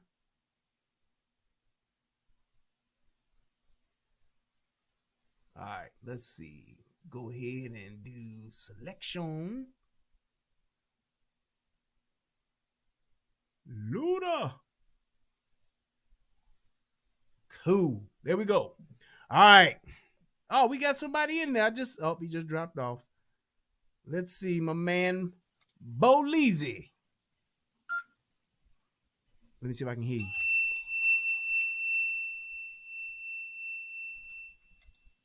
Bolo, can you hear me? Yo, what up, baby? What's going on? Y'all let me know if y'all can hear Bolo. Can you hear me? I know I can hear you loud and clear. I just want to make sure that they can. And if they can, I can hear you. Can you hear me? Yes, I can hear you perfect. I want to make sure that everybody on the stream can hear. Matter of fact, I ain't even got to do I can hear you. Pull it up on my damn. I cannot hear you at this point. I can't hear you. You can't hear me? Y'all can hear him? I can't hear you. You can't hear me, Bolo? Hold on. I think what I need to do is this. I can't hear you. The only way I can hear you is if I play you on the stream, which will be a few seconds late. Y'all hear me both? Okay. All right. So I think I need to. Oh, shit. My damn. No, can't hear you. I cannot hear you. I'm doing wrong on this where I can't hear. No, I that, cannot but hear you. I can hear this way.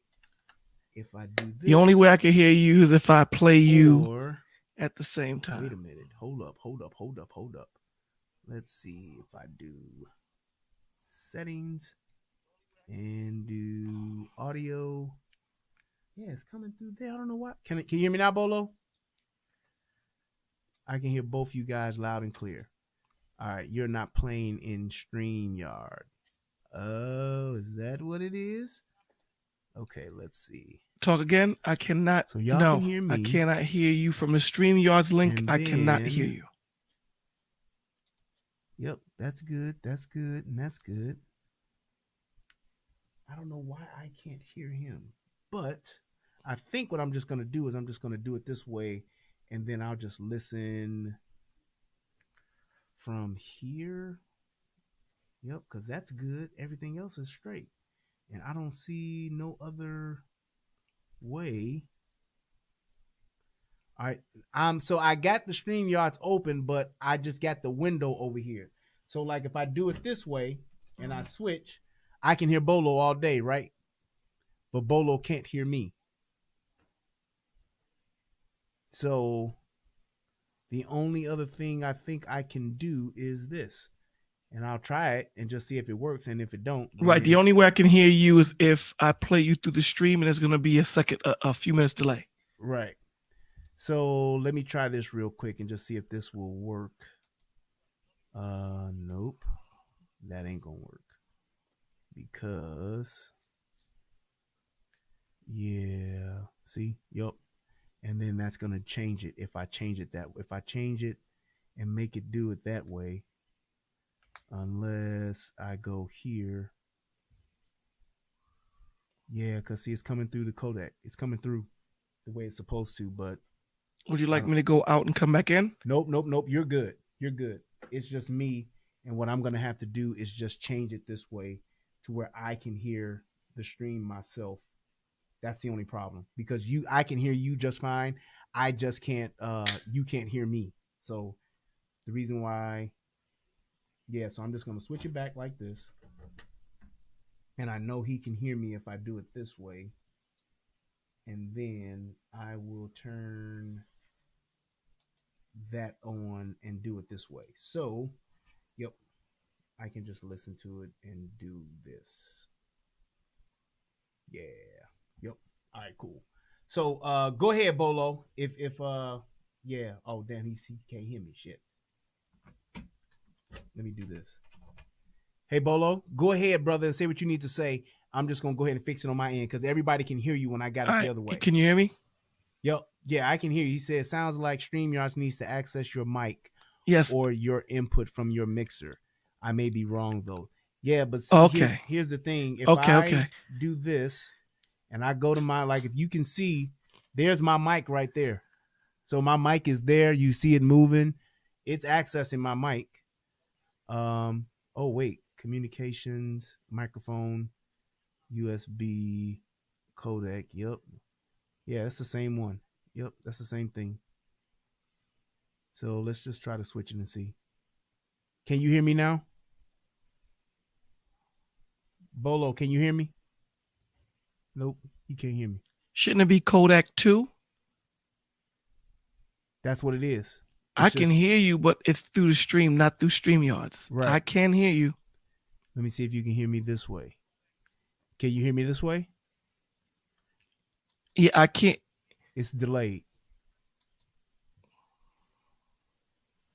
Yep. See, it's delayed with it being this way. Same. I'm hearing you through the stream. Yes, very delayed. Yeah, it's the same. So, yeah. So I don't know what else I can do. Shift videos up from comment. No, I don't want to do all that. That ain't got to do with that. So, yeah, I don't see another way that I could do it. But you can see what are my options under the mic. You talking about my mic on my PC, just the PC settings for my mic?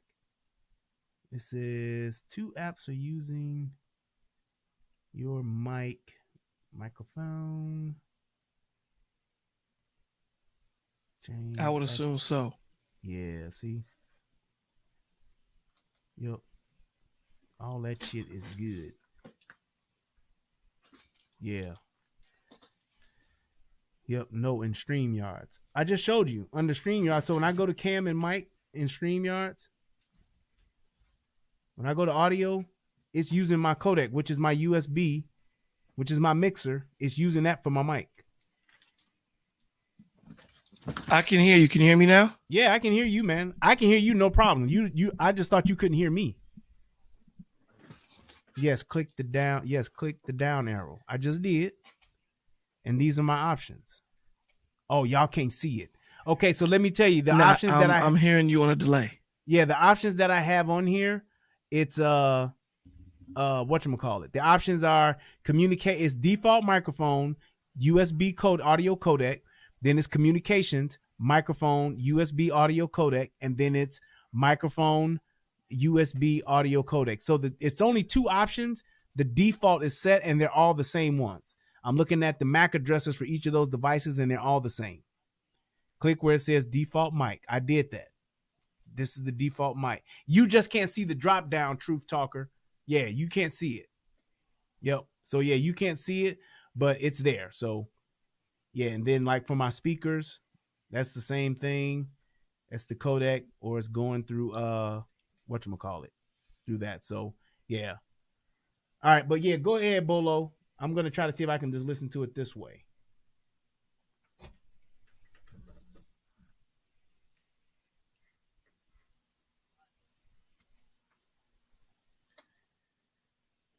Okay.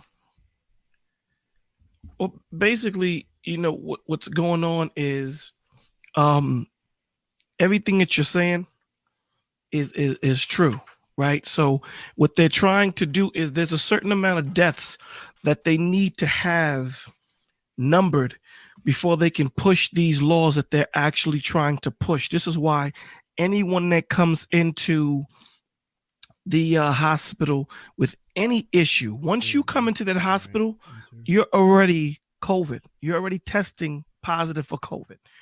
So you can get shot 8 times and die 2 hours later. They're going to connect it to COVID-19. And you have to understand what they're trying to do is push these laws so that they can push the martial laws and they have the answers already. All they need to do is ask the questions. And what they're trying to do is get the world to be afraid. Because once they get the world afraid, now you can understand that this is why they have the right to do what they're doing, because the world is afraid. The world wants them to do this. The world wants the governments to do something. And this is what they're going to do. And it's so funny that the 5G map of how it sits around the planet, it also shows how that the affected countries with COVID is rocking too. And I don't believe in coincidences. I do not believe in coincidences. Right. And when you look at over 153 different scientists and doctors from over 135 different nations are saying that this 5G thing was not supposed to be pushed out the way it was. They didn't do enough tests on humans, the effect that it would have on human beings. So now when this COVID thing comes out, it's scaring everybody to the point where they don't want anyone around anybody. Can you hear me? Can you hear me now, Bolo? I can hear you perfectly now. Got it. I figured it out. I hear you perfectly. So that's what's going on around this planet. What's going on around this planet is the haves are starting to roll a certain way. And they're pushing forth this new 5G technology. What people don't understand is the difference between 5G and 4G is it's the wavelengths and the microwaves and how it affects human beings, how it affects us as people. Right. Basically, our bodies are antennas. That's what our bodies are. We vibe on a frequency. All of us do. This is why when you play certain music for a plant, it'll grow. Or if you play rock music, it won't grow as beautiful as if you played classical, because everyone vibrates on a certain frequency. So we need to understand that, right? So when they pushed the wavelength, the 4G, the reason why 4G wasn't as detrimental to us as 5G is because 4G is a longer wavelength. This is why you can put one antenna 10 blocks away and the other antenna 10 blocks further, and you can go and you still get cell sites. Now, what happens with 5G is it's stronger, but it's a more compact wavelength. So this is why they have to put antennas so closely knit close together, because it doesn't go that far. Well, let me say this real quick about the 5G, because I've heard a lot of people talk about this. A lot of people brought this up. And here's my thing, because I'm not 100% sold that 5G is the cause for so much of this stuff, but I must acknowledge the truth and the facts of it being that, yes, our body does act like antennas. Yes, we do have certain frequencies. I do acknowledge that. And the third part that I acknowledge is, like, and I said this a few lives ago. Do you all ever remember hearing about when Bluetooth earpieces first came out? How people who were using the Bluetooth earpieces, everybody went Bluetooth earpiece crazy, and we were all having Bluetooth, and they were talking about there was a percentage of people that were dying from brain tumors. And they were dying from, they were having, and when they would die from these tumors, or when they would see these tumors in the x-rays, right, that the tumors would be in the shape of the Bluetooth devices. Do you remember before that happened, they were talking about the microphone, I mean, not the microphones, but the cell phones, because people were holding them up to their ears all the time before they were Bluetooth. They were holding them up to their ears to the point to where they were saying, hey, people are dying and they're getting brain tumors the shape of small flip phones or small cell phones because of the radiations from the antennas. Right. So people were getting antenna size tumors, and they were getting Bluetooth size tumors in their brains. So I'm not 100% sold, but I'm about a good 70% to say that there is some fallout from us being close to that radiation. Just like how they tell you not to, yes, thank you, Easy. Just now they tell you you are supposed to, a lot of people don't remember this, but they put this out and say you're supposed to be at least 50 feet away from your microwave when it's on. Right. Now, so here's when you the thing. let your kids sit and watch their mac and cheese heat up, or you let your kids watch that Top Ramen heat up, just know that they're getting that straight up radiation right onto their bodies. Exactly. And So I'm just saying, like I said, this may not be the sole reason, but I guarantee you that there is something that is playing a part in what it. is I actually totally happening agree. with this. I agree with you 100%. But here's the thing that we need to recognize also, that this 5G thing is not, it's not as, again, like I said before, this is what I do. I install 5G. I install 4G. It's not a technology that I can stand in front of your house and still get a 4G signal. The 5G signal is something that you need to be directly in front of or close proximity to. This is why they install so many antennas.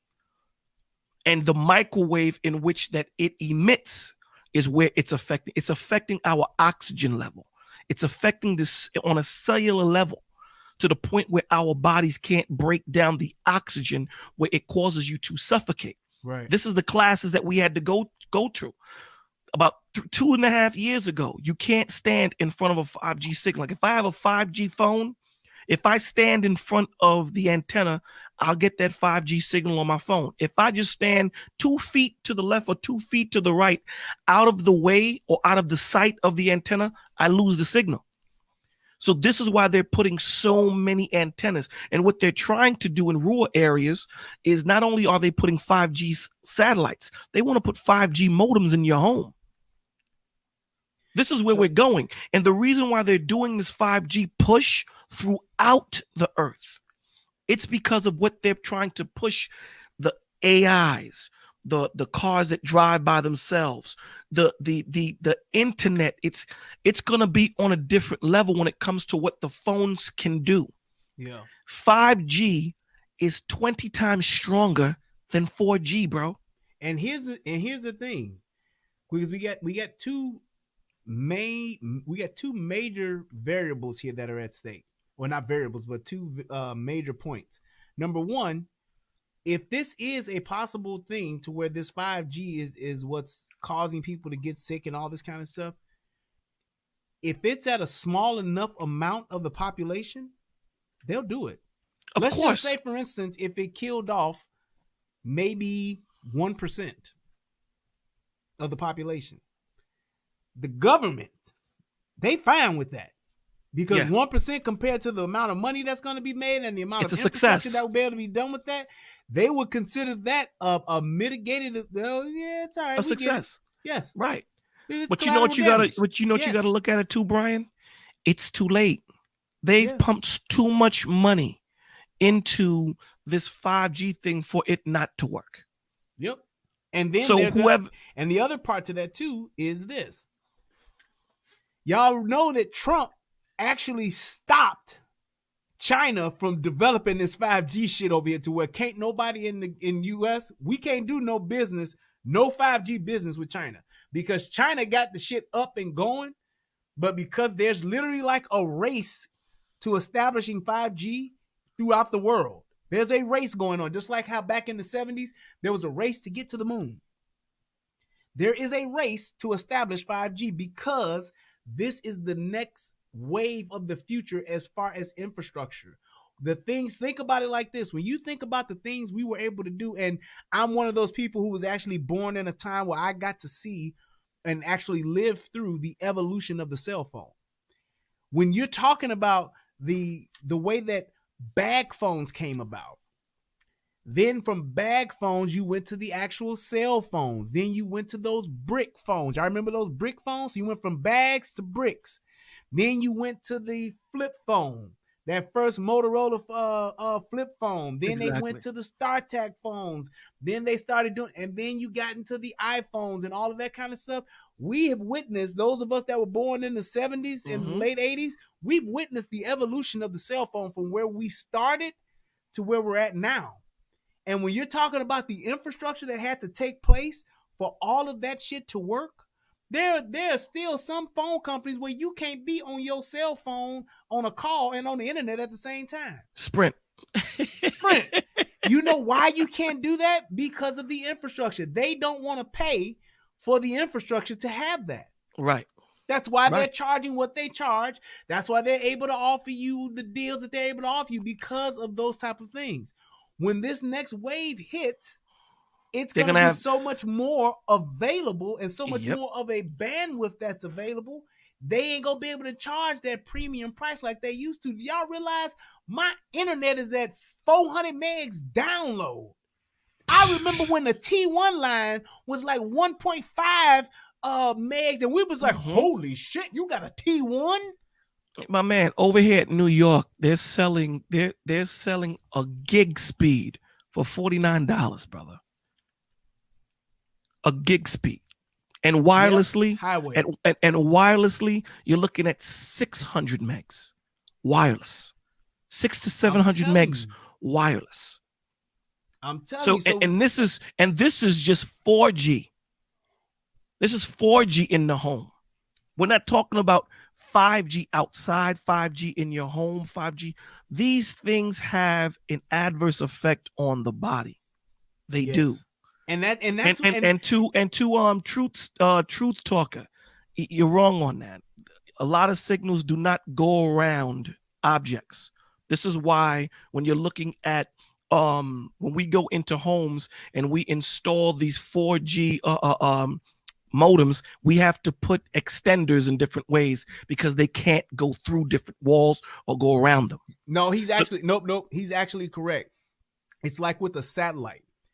Like when you're talking about a satellite signal, for instance, a satellite basically, Well, I'm talking about modems right now. Oh, okay. All right. I was about to say, 'cause right you now I'm can talking have about a signals. modem. There are signals where you can have something like that's in front of Oh, it. if you're talking about a satellite, that's and different because it's and out the in the signal open. can go around that, but Right, because it's there's out a in the dead open. spot behind it. Right. So if that's Right, what it's he was out in the talking open. about, then, then Sorry, he's right about that. I thought that's sorry what he about was that. saying when I Okay. saw him say that. So yeah, that part is true. Where Oh, you can okay, have sorry something about in that. front of something, and the signal can go around it, and Oh, right, at some point can pick because back it up. has because it has that umbrella effect. Yes. It's going to catch around it. Correct. But see, you have to understand with 5G, being that the wavelength is so tight that although it will go around, we're looking at distance at this point.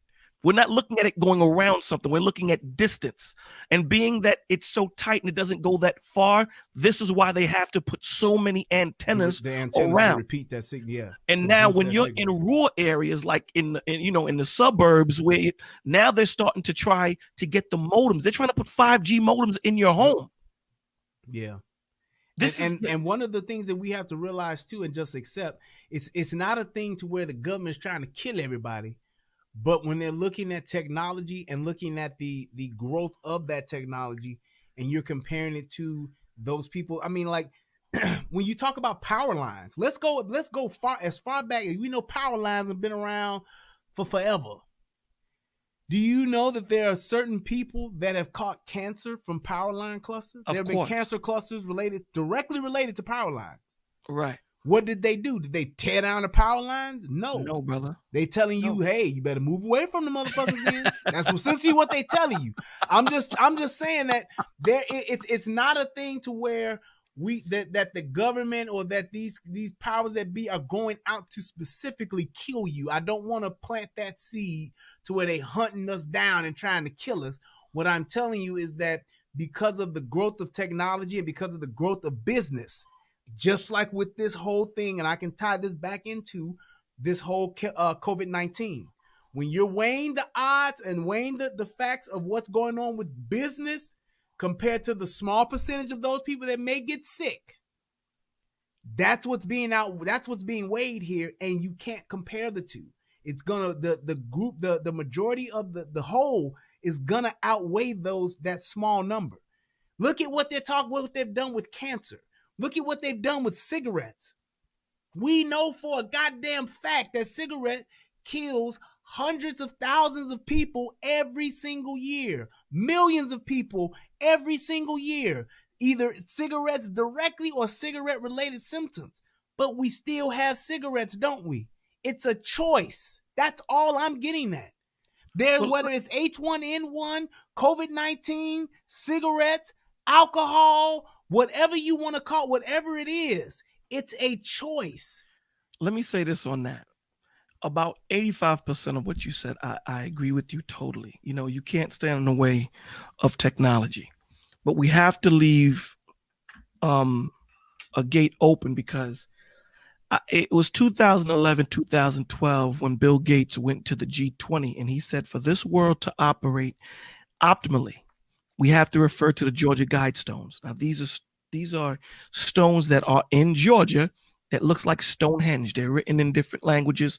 They don't know who put them there, right? When you look at the first law, because I think there's like 10 or 12 laws, it says the Earth's population must be dwindled down to 500 million in a perpetual balance with nature. This is what that says. So when you're saying that and they're pushing these vaccinations so heavy, they're saying that this vaccination has to be spread out throughout the world. For this earth to go back to some type of normalcy of what we had before, we need to have a universal vaccine that everyone has to take. Everyone. I believe that these globalists and these people that, let's call them the haves. There's too many have-nots. There's too many. This is why when you go to the doctor, they treat the symptoms and not the illness. Because the cure to cancer, there's more money in treating you and your symptoms than actually giving you the cure. Yep. They know this. Yep. You know what I mean? So yep. there is truth to what you're saying. That technology, as we grow and as, technology, we have to move forward. But at what detriment? To what detriment? You know, to the point where you're saying that just because you want to push this agenda, you're saying everyone, because you thought that 200 to 300,000 people were going to die of this COVID thing. You have doctors, anesthesiologists saying right now that, listen, we don't need to put these people on these respirators. Right. We can have them on these CPAP and have it work. Why are they waiting for them to get to the point where they need to be on a respirator? And do you know a respirator is actually bad for you because of the pressure that it puts into your lungs? This is not something that you're on longevity style. Yep. So, you know, ventilators. Right. I'm sorry, the ventilators. This is not something that you put on for a long time, because it actually hurts your lungs when you do that because of the pressure. So this is a systematic attack. So now anyone that goes into the hospital, and what you said was very pivotal, anyone that has any symptom of what the COVID-19 is, treat it like a flu. Don't automatically go to the hospital. Treat it like a flu, because the symptoms are flu-like. Right. Because once you go into that hospital, they're forcing that vaccination on you. I know you've seen some of those people that on Facebook that don't want the vaccination, and they bring police in there and they force this vaccination on them. So treat it like the flu. Do what you need to do. You know what I'm saying? If it's getting out of hand, then you go to the doctor. But don't be so quick to go. Listen to what my man Brian is saying. It's facts he's kicking. It's fear that they want to push on us. So once they push that fear, you know what we want? We want to take more of our freedom and give it to the government. And that's exactly, and that is just the perfect segue as to what I'm saying, and we can move on to the next person too. But thank you, Bolo. My thing is this: when you're talking about what is actually, and here's where I don't want people to get so caught up in the conspiracy part of this. I ain't saying that I don't believe in my conspiracy theorists that's out there, because they out there. Shout out to y'all. Do y'all thing. I get it. But there is a piece of the conspiracy that you have to acknowledge. Is your government trying to kill you and all that kind of, we can debate that all day. The coffins that they got at FEMA and all that, you can talk about that stuff all day long. But when you're talking about what's actually happening now, and you're talking about what's actually going on now, what's at stake? Your everyday freedoms. That's what's being attacked right now. Yep. That's what's being attacked. Your everyday freedoms, being able to come and go as you please, being able to go to work your job, being able to open up your business, being able to provide for your family is what's at stake right here. And who's calling the shots? Your governors and your president are. Yep. That's a problem, y'all. When we can have them just turn this shit off, and now we got motherfuckers out in the streets protesting to get it turned back on, wake the fuck up and see that there's a problem there. Because at the end of the day, these motherfuckers ain't consulting us. They're consulting each other. And these motherfuckers work for us. Once you give that free, listen, I've never known someone to take something and want to give it back. I'm telling you. I've never known that. I've never known for you or for us to give them our freedom and then they give it back. It doesn't happen that way, man. These laws are systematically made for a reason. So when you sit there in this time of being scared and then you just flip out, this is what we need to get to our people, man. We need to start being more organized, because they want you to flip out. They want you to bug the hell out, because then they're going to say, you see, you need us. When you get angry and you act out, you lose control.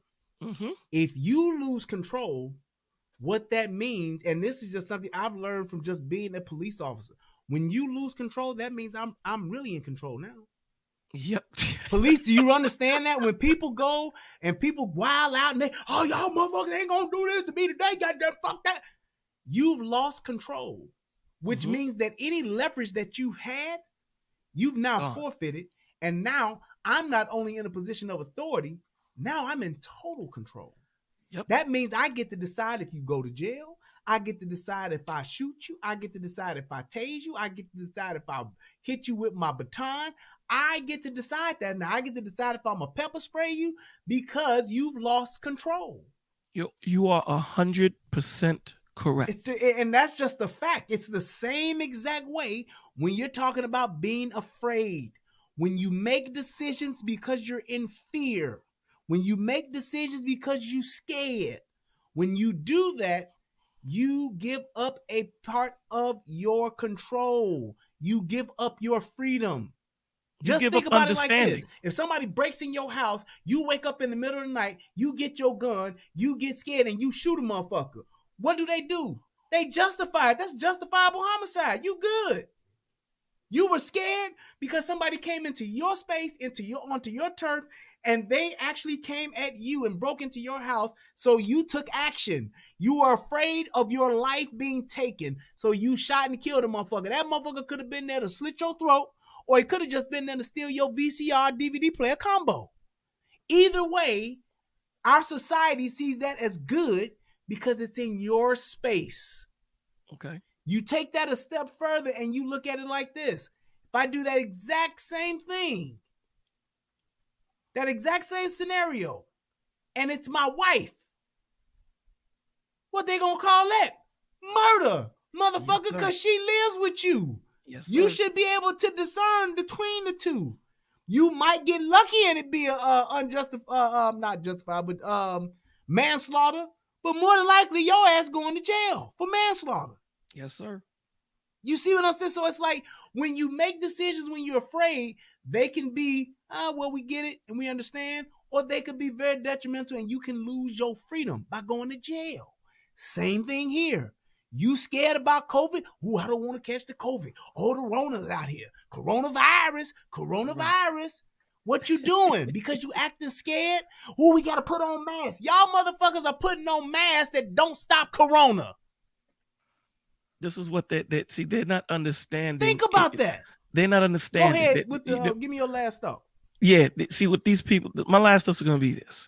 There's a movie called Shoot 'Em Up, and the good guy was killing all the bad guys. And the right-hand man of the bad guy said to the bad guy, yo, listen, why are you not flipping out? Because this dude is killing everybody we throw at him. And he said, when you get angry, you get uncontrollable. And your body releases a chemical that keeps you from thinking clearly. And this is the time when we need to think clearly. This is the time where we need not flip the hell out. This is the time when we need to come together as a community, talk to each other, be there for each other, help each other, not flip out because they want you to have that distance so you can't communicate. They want you to be separate. This is the time when you speak to each other. I can talk to you 6 feet apart. Cool, whatever.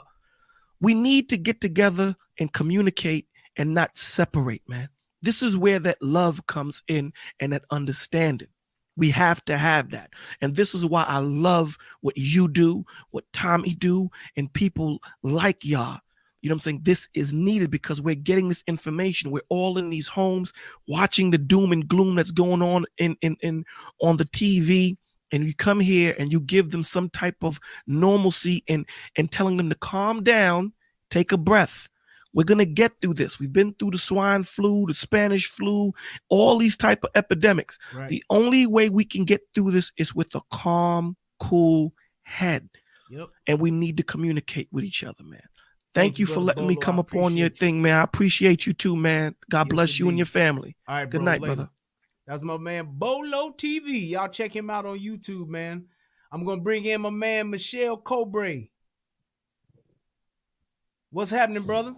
What's going on, man? Nothing much. You the man. Man, I just want to give my whole theory on this whole situation. Like, we taking this shit kind of out of hand. I was walking downtown today, you know, buses was running slow. You know, they got people packed on the bus, but they claim they want social distancing. That's very contradictory as hell. Yep. So if this virus is as bad as they say it is, why is not many homeless people dying? And why is not covered throughout the newspapers, the media outlets, the internet? If the virus is so bad, you telling nothing but the truth, bro. That's what I'm asking everybody to question. That should be the thing that we're questioning, because you look at it like this: what hospital has been overran? None. Have there been some that have been maxed out, been extremely busy? All that good shit, yes. Do you know what an overran hospital is? An overran hospital means that they are refusing patients to the point they are at capacity. They're at capacity to, I can't remember what movie that's from, but it's funny. But they're at capacity to the point to where they cannot accept any more patients. What city has had overran hospitals? Not one. Not a one. And I'm in Detroit, and I stay not too far from Henry Ford Hospital and Receiving Hospital, which is in Midtown of Detroit. It hasn't been any situations like that. And then they claim the numbers are decreasing as we, I guess, what's the term that they said? Hit our curve or our peak or some shit like that. The curve, flattening the curve. Yeah, so the numbers are getting lower. So I mean, I was walking downtown today to my credit union. I see none but homeless people outside.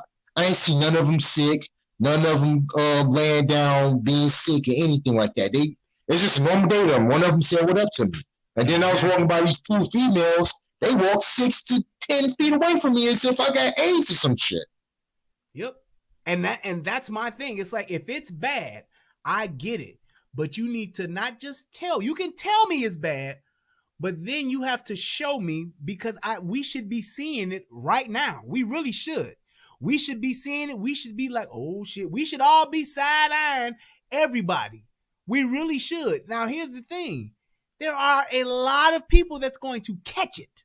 Let me not make that. I don't want people to get this misunderstood. There are a lot of people that are going to catch it, but it's not going to be a lot of people that are going to die from it.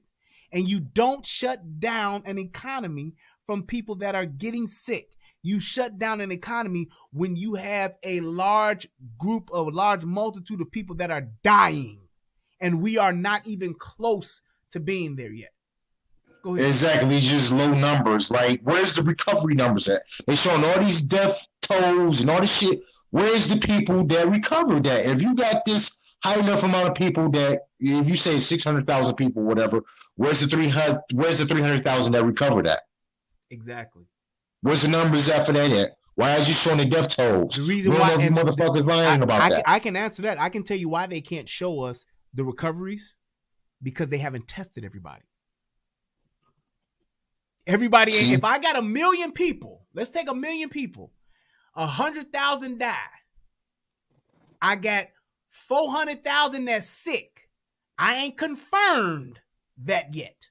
We're talking about 500,000 people, 100,000 that didn't die, 400,000 that's sick. I can't tell you how many people recovered until I've tested all 400,000 of those people. All I know right now is that they're sick. I don't know if they have COVID-19 yet. Until I test them all, that's how I will know. Because what happens is the ones that they're testing, they are not coming up with COVID-19. They're coming up with pneumonia. They're coming up with the flu. They're coming up with sinus infections. They're coming up with bronchitis. They're coming up with all of the normal shit we catch during that cold and flu season. They're still on those, because like I said before, no viruses go away for good. There's still people coming up. That's H1N1. It's not as many people testing positive for COVID-19 that they thought they would, which is why they can't tell you how many people have survived it. They can only tell you how many people that they're estimating has died from it, and how many people they think they got it, because they're basing what they're saying who got it on the symptoms. They are not testing every single person, which makes sense because they don't have enough tests. Exactly, and they said that they just got the test last week or the week before. It's been through, I want to say 3 weeks now that they've had not just actually had tests to disperse, but they've actually like dispersed tests. Like there are places that got it where you can go get a COVID-19 test pretty much anywhere in a major city. Pretty much everybody can get one now. So they just ruled out the people, if they just got this symptom, they automatically got it. Oh, if you got bronchitis or pneumonia, you got COVID-19. Yep, that's what they're doing as far as people that are dying. Yep. Yeah, that's some bullshit. I knew it was bullshit. The funny thing is, when they said that that the COVID-19 was gonna come over, I wasn't even worried. For some fucking reason, some just told me, chill out, bro, it ain't that serious. I don't even call myself bro, say that shit. But some type of nigga in me just said, chill out, bro, it ain't that serious. This too shall come to pass. Yep.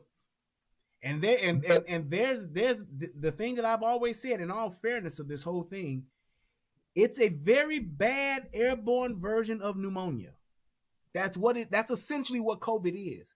So there is a group of people that are at high risk for death. Those are your elderly. Those are people that have high blood pressure, people that have heart disease, people that have severe asthma. All of those people that have had pneumonia before, they are at higher risk to die. Doesn't mean that they will die, but they're at very high risk to die. So then there is a call of concern to have about this. Not shutting down the economy.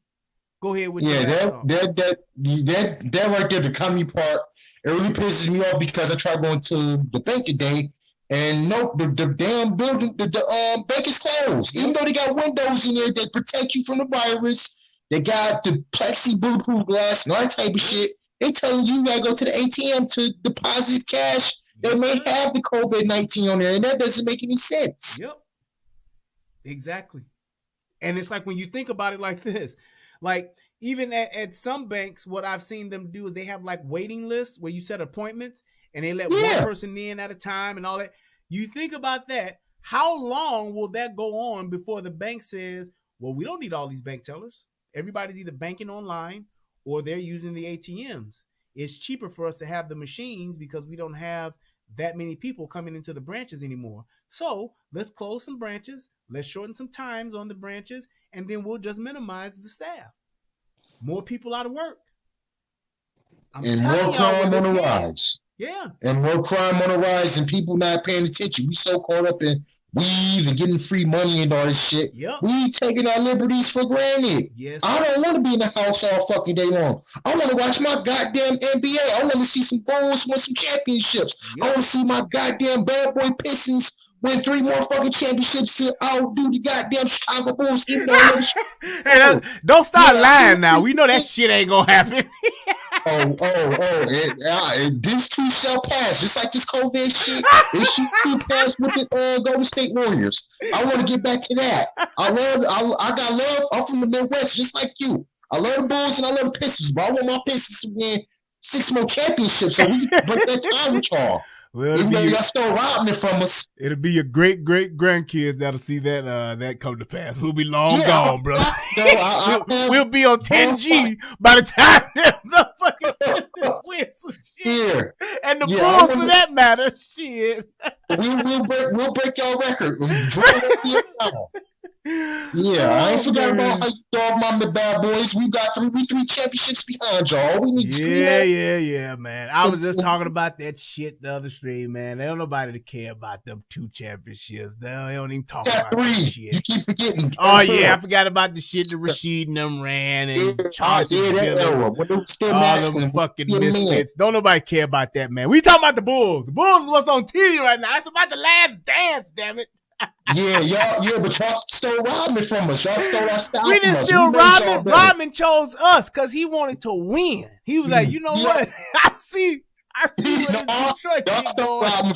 He already had 2 rings. He beat y'all twice. Hey, we already had 3, and we went through him to get him. Goddammit! So it's like he saw, hey man, I see where the championship train is going. Let me hop on this one and get on up out of here. Whoop, whoop. Peace. Yeah, we forgot. We struggle against the damn Lakers and we struggle against the Boston Celtics. Don't forget about that. Yeah, man. All right, man. We'll talk about that later, man. Thanks for calling in, bro. I appreciate it, man. Much love to you. All right, man. Later. Yeah, you too. All right, let me bring my man, Truth Talker Teacher, on here. What's happening, brother? Hey, can you hear me? Yes, sir. Loud and clear, man. Go ahead. All righty. I don't want to take up too much of your time. I just want to hit a few points. To answer your question, is it time to reopen America? Yes. I don't think we should have ever shut it down. Yep. If you strictly look at the numbers, it does not warrant this reaction. Mm-hmm. And I look at Sweden because they didn't shut down much. I think they shut down high schools and churches, but everything else, they're good to go. Their numbers aren't moving. They're staying pretty steady. Yeah. Bolo, much respect to him. I see him on YouTube and everything, but just the 5G stuff, I can't jump on board with that and just say it's killing people or it's that detrimental. I work at a high school, and our radios won't even get out of that. You can't get a cell phone signal in there. A brick wall is shut down most of these signals. Yeah. But and another thing is the people that's making these 5G things, they got to live in this world too. Yep. Once all them towers are up, they got to live with it. So are they poisoning themselves? I need some more research before I can jump on whether or not 5G is going to, cause all these problems. Right. And that's what I saw. I agree with that too, because like I said, there is a piece of this that shows, well, could there be some truth to it? And that's why I said, I believe that the truth that can be true about this, it being toxic to us, I think there is some truth to that, but I don't think it's any more greater than the truth of the other things that we have to us that make us sick. Like I said, the cigarettes, alcohol, food, fast food, high fructose corn syrup, and iodized salt alone is taking out half the niggas in the first place. I'm just saying. Exactly. So when you look at those things, I mean, that are clearly just something it's a cheap food and it's a cheap chemical, and they can put it in anything and it gives you that same sweetness, but it has adverse effects to it. They're still using it. So is it something that's terrible for us? Absolutely. But we're still using it. Why? Because it's a choice, first of all, and it's not killing people at an epidemic rate. People ain't taking some salt and putting it on some fries and then passing out and dying after they didn't have it. They got to eat it for 12, 15, 30 years before they get the high blood pressure, before they get the diabetes and all that other shit. So, but go ahead. All right. I agree, man. I think, hey, salt might have killed more than COVID. Yeah, absolutely. If you put it that way. Yep. So here's something I said at the beginning of this whole COVID thing. I think this just gave the world an opportunity to run a worldwide fire drill. It took 2 weeks to shut down the world. Wow. And if I look at it in terms of education, that's who I am. I'm an administrator. This is a worldwide fire drill. Yep. I agree with that. That's a great point. Let's shut down one country, shut down another one, and then the big one was USA. Yep. Took us 2 weeks. Damn. I've never seen more people willing to give their freedom away, and all it took was a little bit of fear. Wow. I can't get my. That is, I never thought about it like that. That's even more scary, because if you saying what you're saying is that if every country is taking a turn doing a shutdown so that they can learn from it to see what happens, what we do, and how we react, they can find out how long it'll take before we wild the fuck out. They can find out how much we'll settle for, what we'll take, what we'll buy, what we'll cling to. Yep. That's like the movie The Last Castle with Robert Redford, when he was in prison and he had them do like a riot thing to test to see what they would do when they brought out the water cannon and all that shit. It just reminded me of that movie. That's a great fucking point you just made right there. Wow. If you look at it, that's exactly what happened. I mean, I think it was China, then Italy, then somebody else, and then us. And I was telling everybody, I was like, this is a fire drill, man. That's all it is. Yep. But I can't get my Democrat and liberal friends to realize that y'all are giving up rights over a fear of something that the numbers does not bear out. It doesn't make sense. I want you to, you're a Second Amendment person. I want you to watch Virginia. That Virginia governor, he's dangerous. Did you see what he did? Oh my God. When I saw that, I shook my head. I said, he passed those gun control laws. I think it was last Friday. Sure did. And now he's put everybody on lockdown interstate until June the 10th. Yep.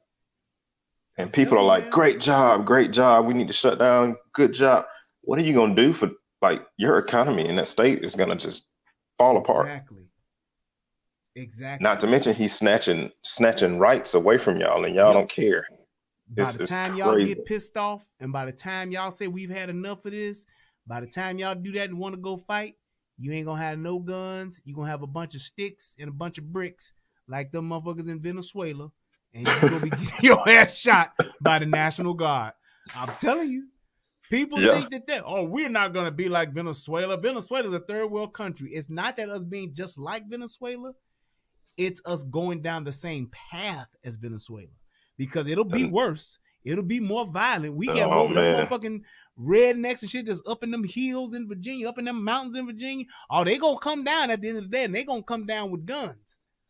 But it's gonna be bad. But what I'm saying, like what I say is that, hey, when you look at what the path that they're trying to take, they're slowly but surely just whittling away at your power, at your equalizers, at your rights. They're slowly but surely whittling away at.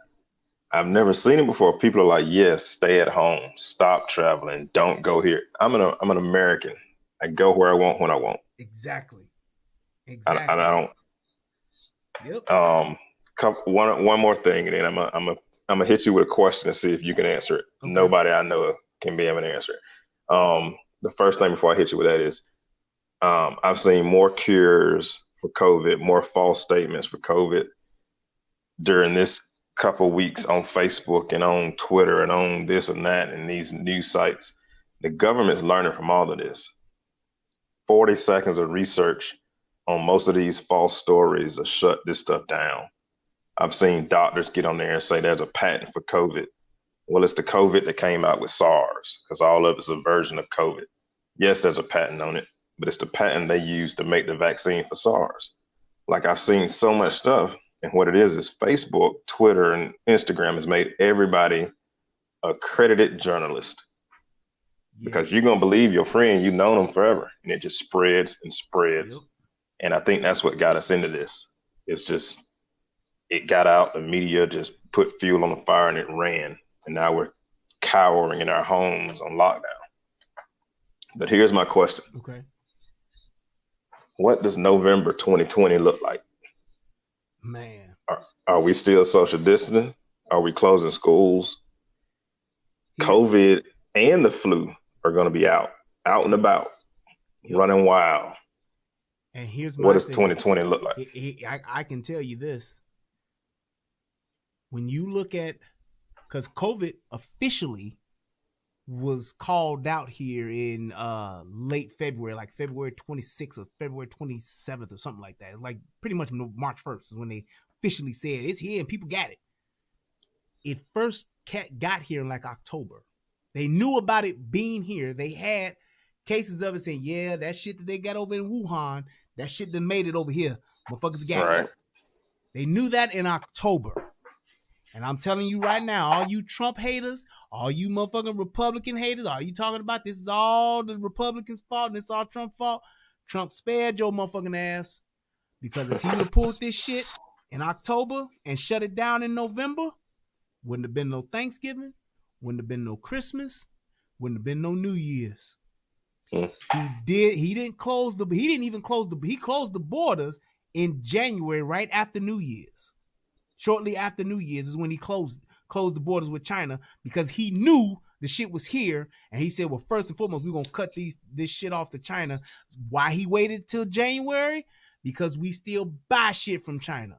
Your laptops, your cell phones, all your wireless beats, all your electronics, your TVs, all that shit is coming from China.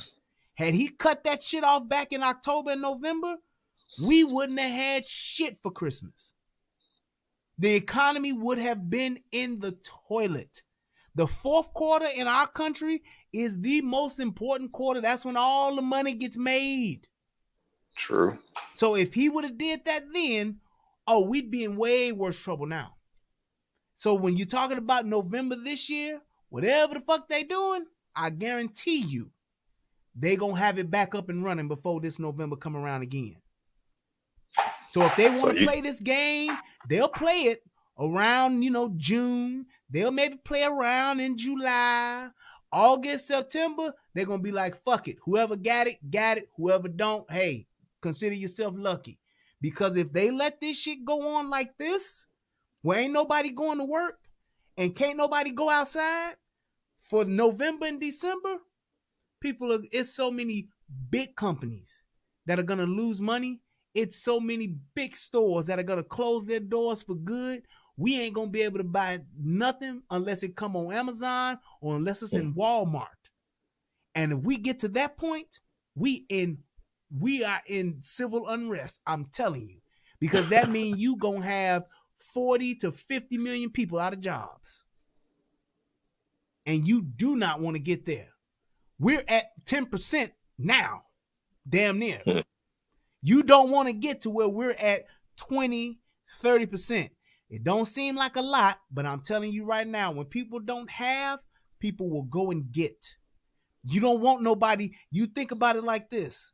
Your bottom of the barrel, you're barely making it, you're poor, lower class, lower middle class. You don't want those people to say, I got to get my baby something for Christmas, even though I ain't got no money. Dang. Oh, I'm going to get my son something for Christmas, because what's going to happen is them going to be the same ones that's going to be smart enough to come knock on your door. Those are the people that's going to be smart enough to say, oh, I can wait on this motherfucker to come out this goddamn building, or I can follow this motherfucker to this store, or I can follow this motherfucker here, and I can wait on his ass, and I can get his ass here. I can get her ass there. You don't want it to get to that point. When you got your lower middle class, when you got your lower class people that ain't got nothing, those are the ones you don't want to become criminals, because they're smarter and way more resourceful. Dang, man, you took that in a whole different direction than I was even thinking about. But that's some heavy stuff to think about. You right? Yep. So that's why I was so inspired to do this show today, because we got to get this back on, and the only way they're gonna do it, we got to raise enough hell. We got to start telling these motherfuckers, y'all gonna lose my vote if y'all don't get this shit back open. Call I'm in Georgia. Politicians. I'm in Georgia, and our governor just opened it up Friday. Half the stuff opening, and next Monday we're rolling with most of the stuff. That's so good. Georgia's getting back on it, and he's catching a lot of flack for it. He's saying, everybody's saying it's too early, blah blah blah. But I'm like, man, it just, the numbers don't add up to me, man. The flu is way worse. Yes. If this is what we're doing, we should have been social distancing for the past 10 years. Exactly. We should have been wearing masks for the past 10 years. We should have been closing school when the first kid walked through the door with the flu. Close the school down. Oh crap, you got the flu? Shut it down. Yep. That's what it should have been. You are right. But I don't think in November we're doing that. Nope. Flu kid come up, keep rolling. Let's go to class. COVID kid come up, keep rolling. Let's go to class. We're not doing this again. Yes, I'm telling you. Yep. Well, I appreciate you, man. I appreciate you. Thank you so much, man. One of my most faithful donators too, man. I really do appreciate you, brother. Thank you so much, man, for all that you do for me. I appreciate it. Yes, sir. I'll hit you up again tonight on that Cash App, man. Peace out, man. All righty. Later. I'm going to bring in my man. Let's see who we got here. My man, Vlad. Go ahead, brother. You are on the air. Oh, Vlad, don't tell me you waited all this time and you didn't check your microphone. Don't do that. Y'all remember when we used to do the Reguber on the whore? I'd be like, no. Vlad, you gonna have to, let me see if I can, if it's just your mic, unmute your mic. Nope. Yeah, it ain't doing it, Vlad.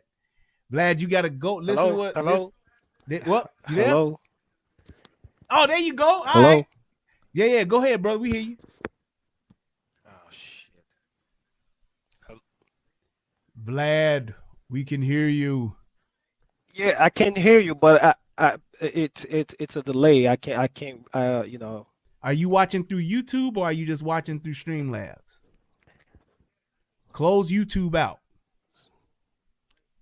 Close YouTube out, and you should just be listening through StreamYards. I said Streamlabs. YouTube. Yeah, close out YouTube, and you should just be talking to me through, or mute. You ain't got to close out the YouTube, but just mute the YouTube page. You know what? Just go through. I'll get back on later. All right, for sure. Yeah. All right, so look, people. Anybody else want to call in? Now is your time, or we gonna get it on up out of here. I ain't gonna hold y'all all night, and I just might be able to get me in a little bit of Call of Duty. Yeah, man, I love that Call of Duty, man. That Warzone, boy, I tell you. Hey, y'all know what? My brother Eric, Easy E, that nigga is a beast on Call of Duty. Shout out to my brother. He probably playing that shit right now. But you talking about Call of Duty beast mode, real talk, my brother. But I just want to tell you, I got Xbox. Yep, I'm on Xbox, Doc. You on Xbox too, Bolo? For shizzle. Matter of fact, I put my whatchamacallit in here. Oh no, you know what? Nope. Hit me on the whatchamacallit. Hit me on my Facebook, Bolo, and I'll shoot you my whatchamacallit, my gamer tag. Yeah. Hey, but look, anybody else want to hit it? I'm gonna go ahead and read these donations, and if ain't nobody jumped on by then, we gonna get on up out of here. Let's do this. Let's see who we got here first. Oh, you know what? I'm gonna do it the other way first, because I always do Cash App, then PayPal. I'm gonna do PayPal. Yep, almost gave out that gamer tag. Nope, motherfuckers ain't gonna get me banned. Ain't gonna get me banned. All right, let's see who I got here on the let's see here. On the young PayPal. All right. Lat is tall. What's happening, Lat? She said, good show. Thank you so much. I appreciate you, Lat. That's what's up. Always supporting. Let's see here. Who else? Wesley Bethia. Oh, that was a while ago. Yeah, just putting in those twos and fews on the plate. Yeah, I appreciate it. Let's see. So that's all who I got on today is Lat. Yep.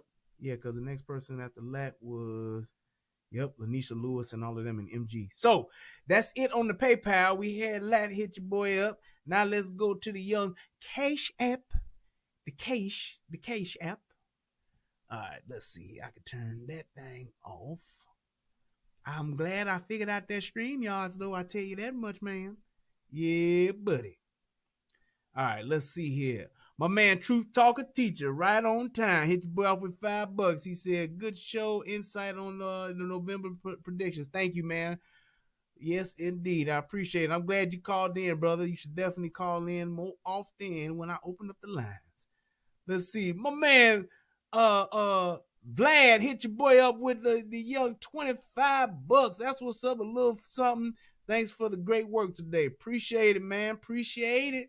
Hey, it's still going off too. So if y'all want to still hit that Cash App, you can definitely do it, or the PayPal, either way.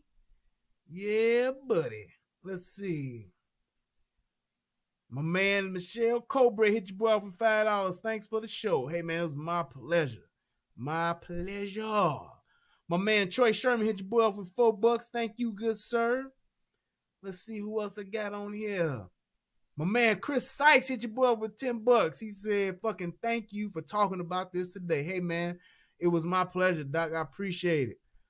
My man Bolo hit your boy up with the $1. That's what's up. Thank you, Bolo. Let's see. My man Cool G74 hit your boy off with $5 as well. Thank you, sir.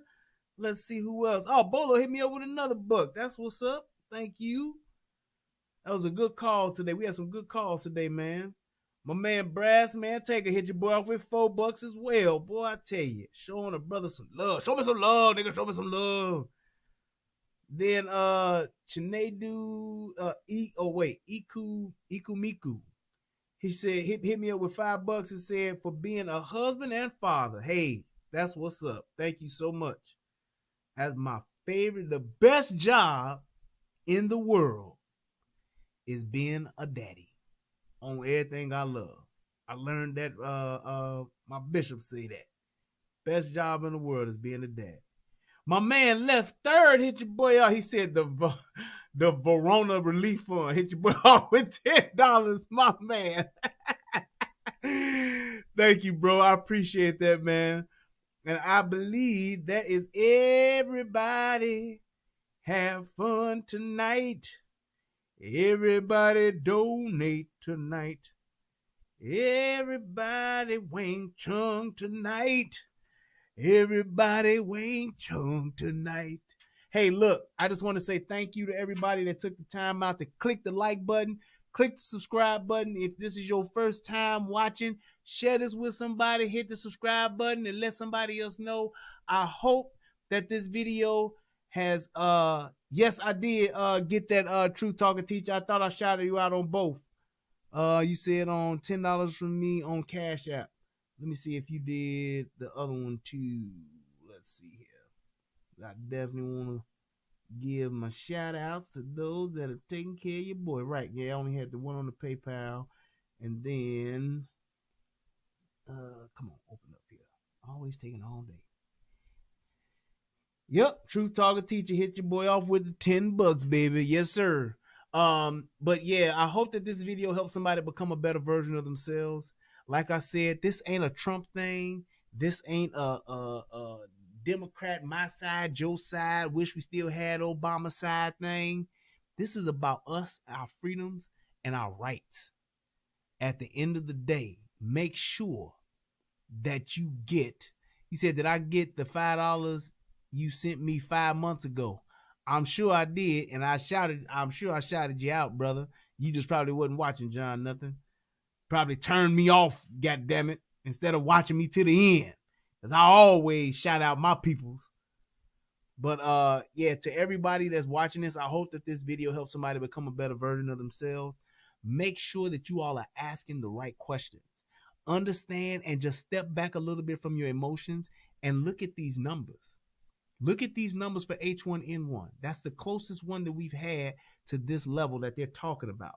And realize that, hey, there are always people that are dying from suicide. There are people that's dying from cancer. There's people that's dying from H1N1, the flu, pneumonia, MERS, SARS. There are people that are dying from this stuff in our country and all around the world. It's not at a level to where we need to shut down our economy. That's all I'm saying. So make sure that you guys are questioning everything, challenging everything. Don't just let these people tell you something and don't back it up with facts. Don't just let anybody just talk to you and not have the facts supporting what they're saying. Research it yourself. Stop just letting somebody tell you, even what I'm saying. Go back and look it up. Go back and Google it. Research it. Find an answer and find the support, the supported answer. Find it. Go back and find the truth to see if what I'm saying is some bullshit or not. That's your job. Because you're an adult. Don't give up your freedoms because you're scared. Most of the time, and that's one of the things that I learned from Tommy, Tommy always said, most of the time, the decision you make based on your feelings is usually the wrong one. So get out your feelings and get into your mind, get into your logic, get into the truth. Let those two things be your guiding light.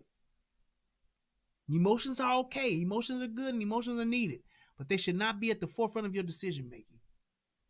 I am Brian Redmond. This is a Relationship Rehab. Everybody, please just wake up and just look at what's actually happening compared to what's being told and what's being said. That's all I got to say. Y'all have a good night. Thank you, everybody, for donating. Thank you, everybody, for watching the show. Y'all could have been anywhere in the world tonight, but you chose to be here with me. And like Jay-Z said, I appreciate that. I love y'all. Have a good night. Peace. And I am out with my music. There we go. All right, y'all. Thank you guys so much. Y'all have a good night. Peace.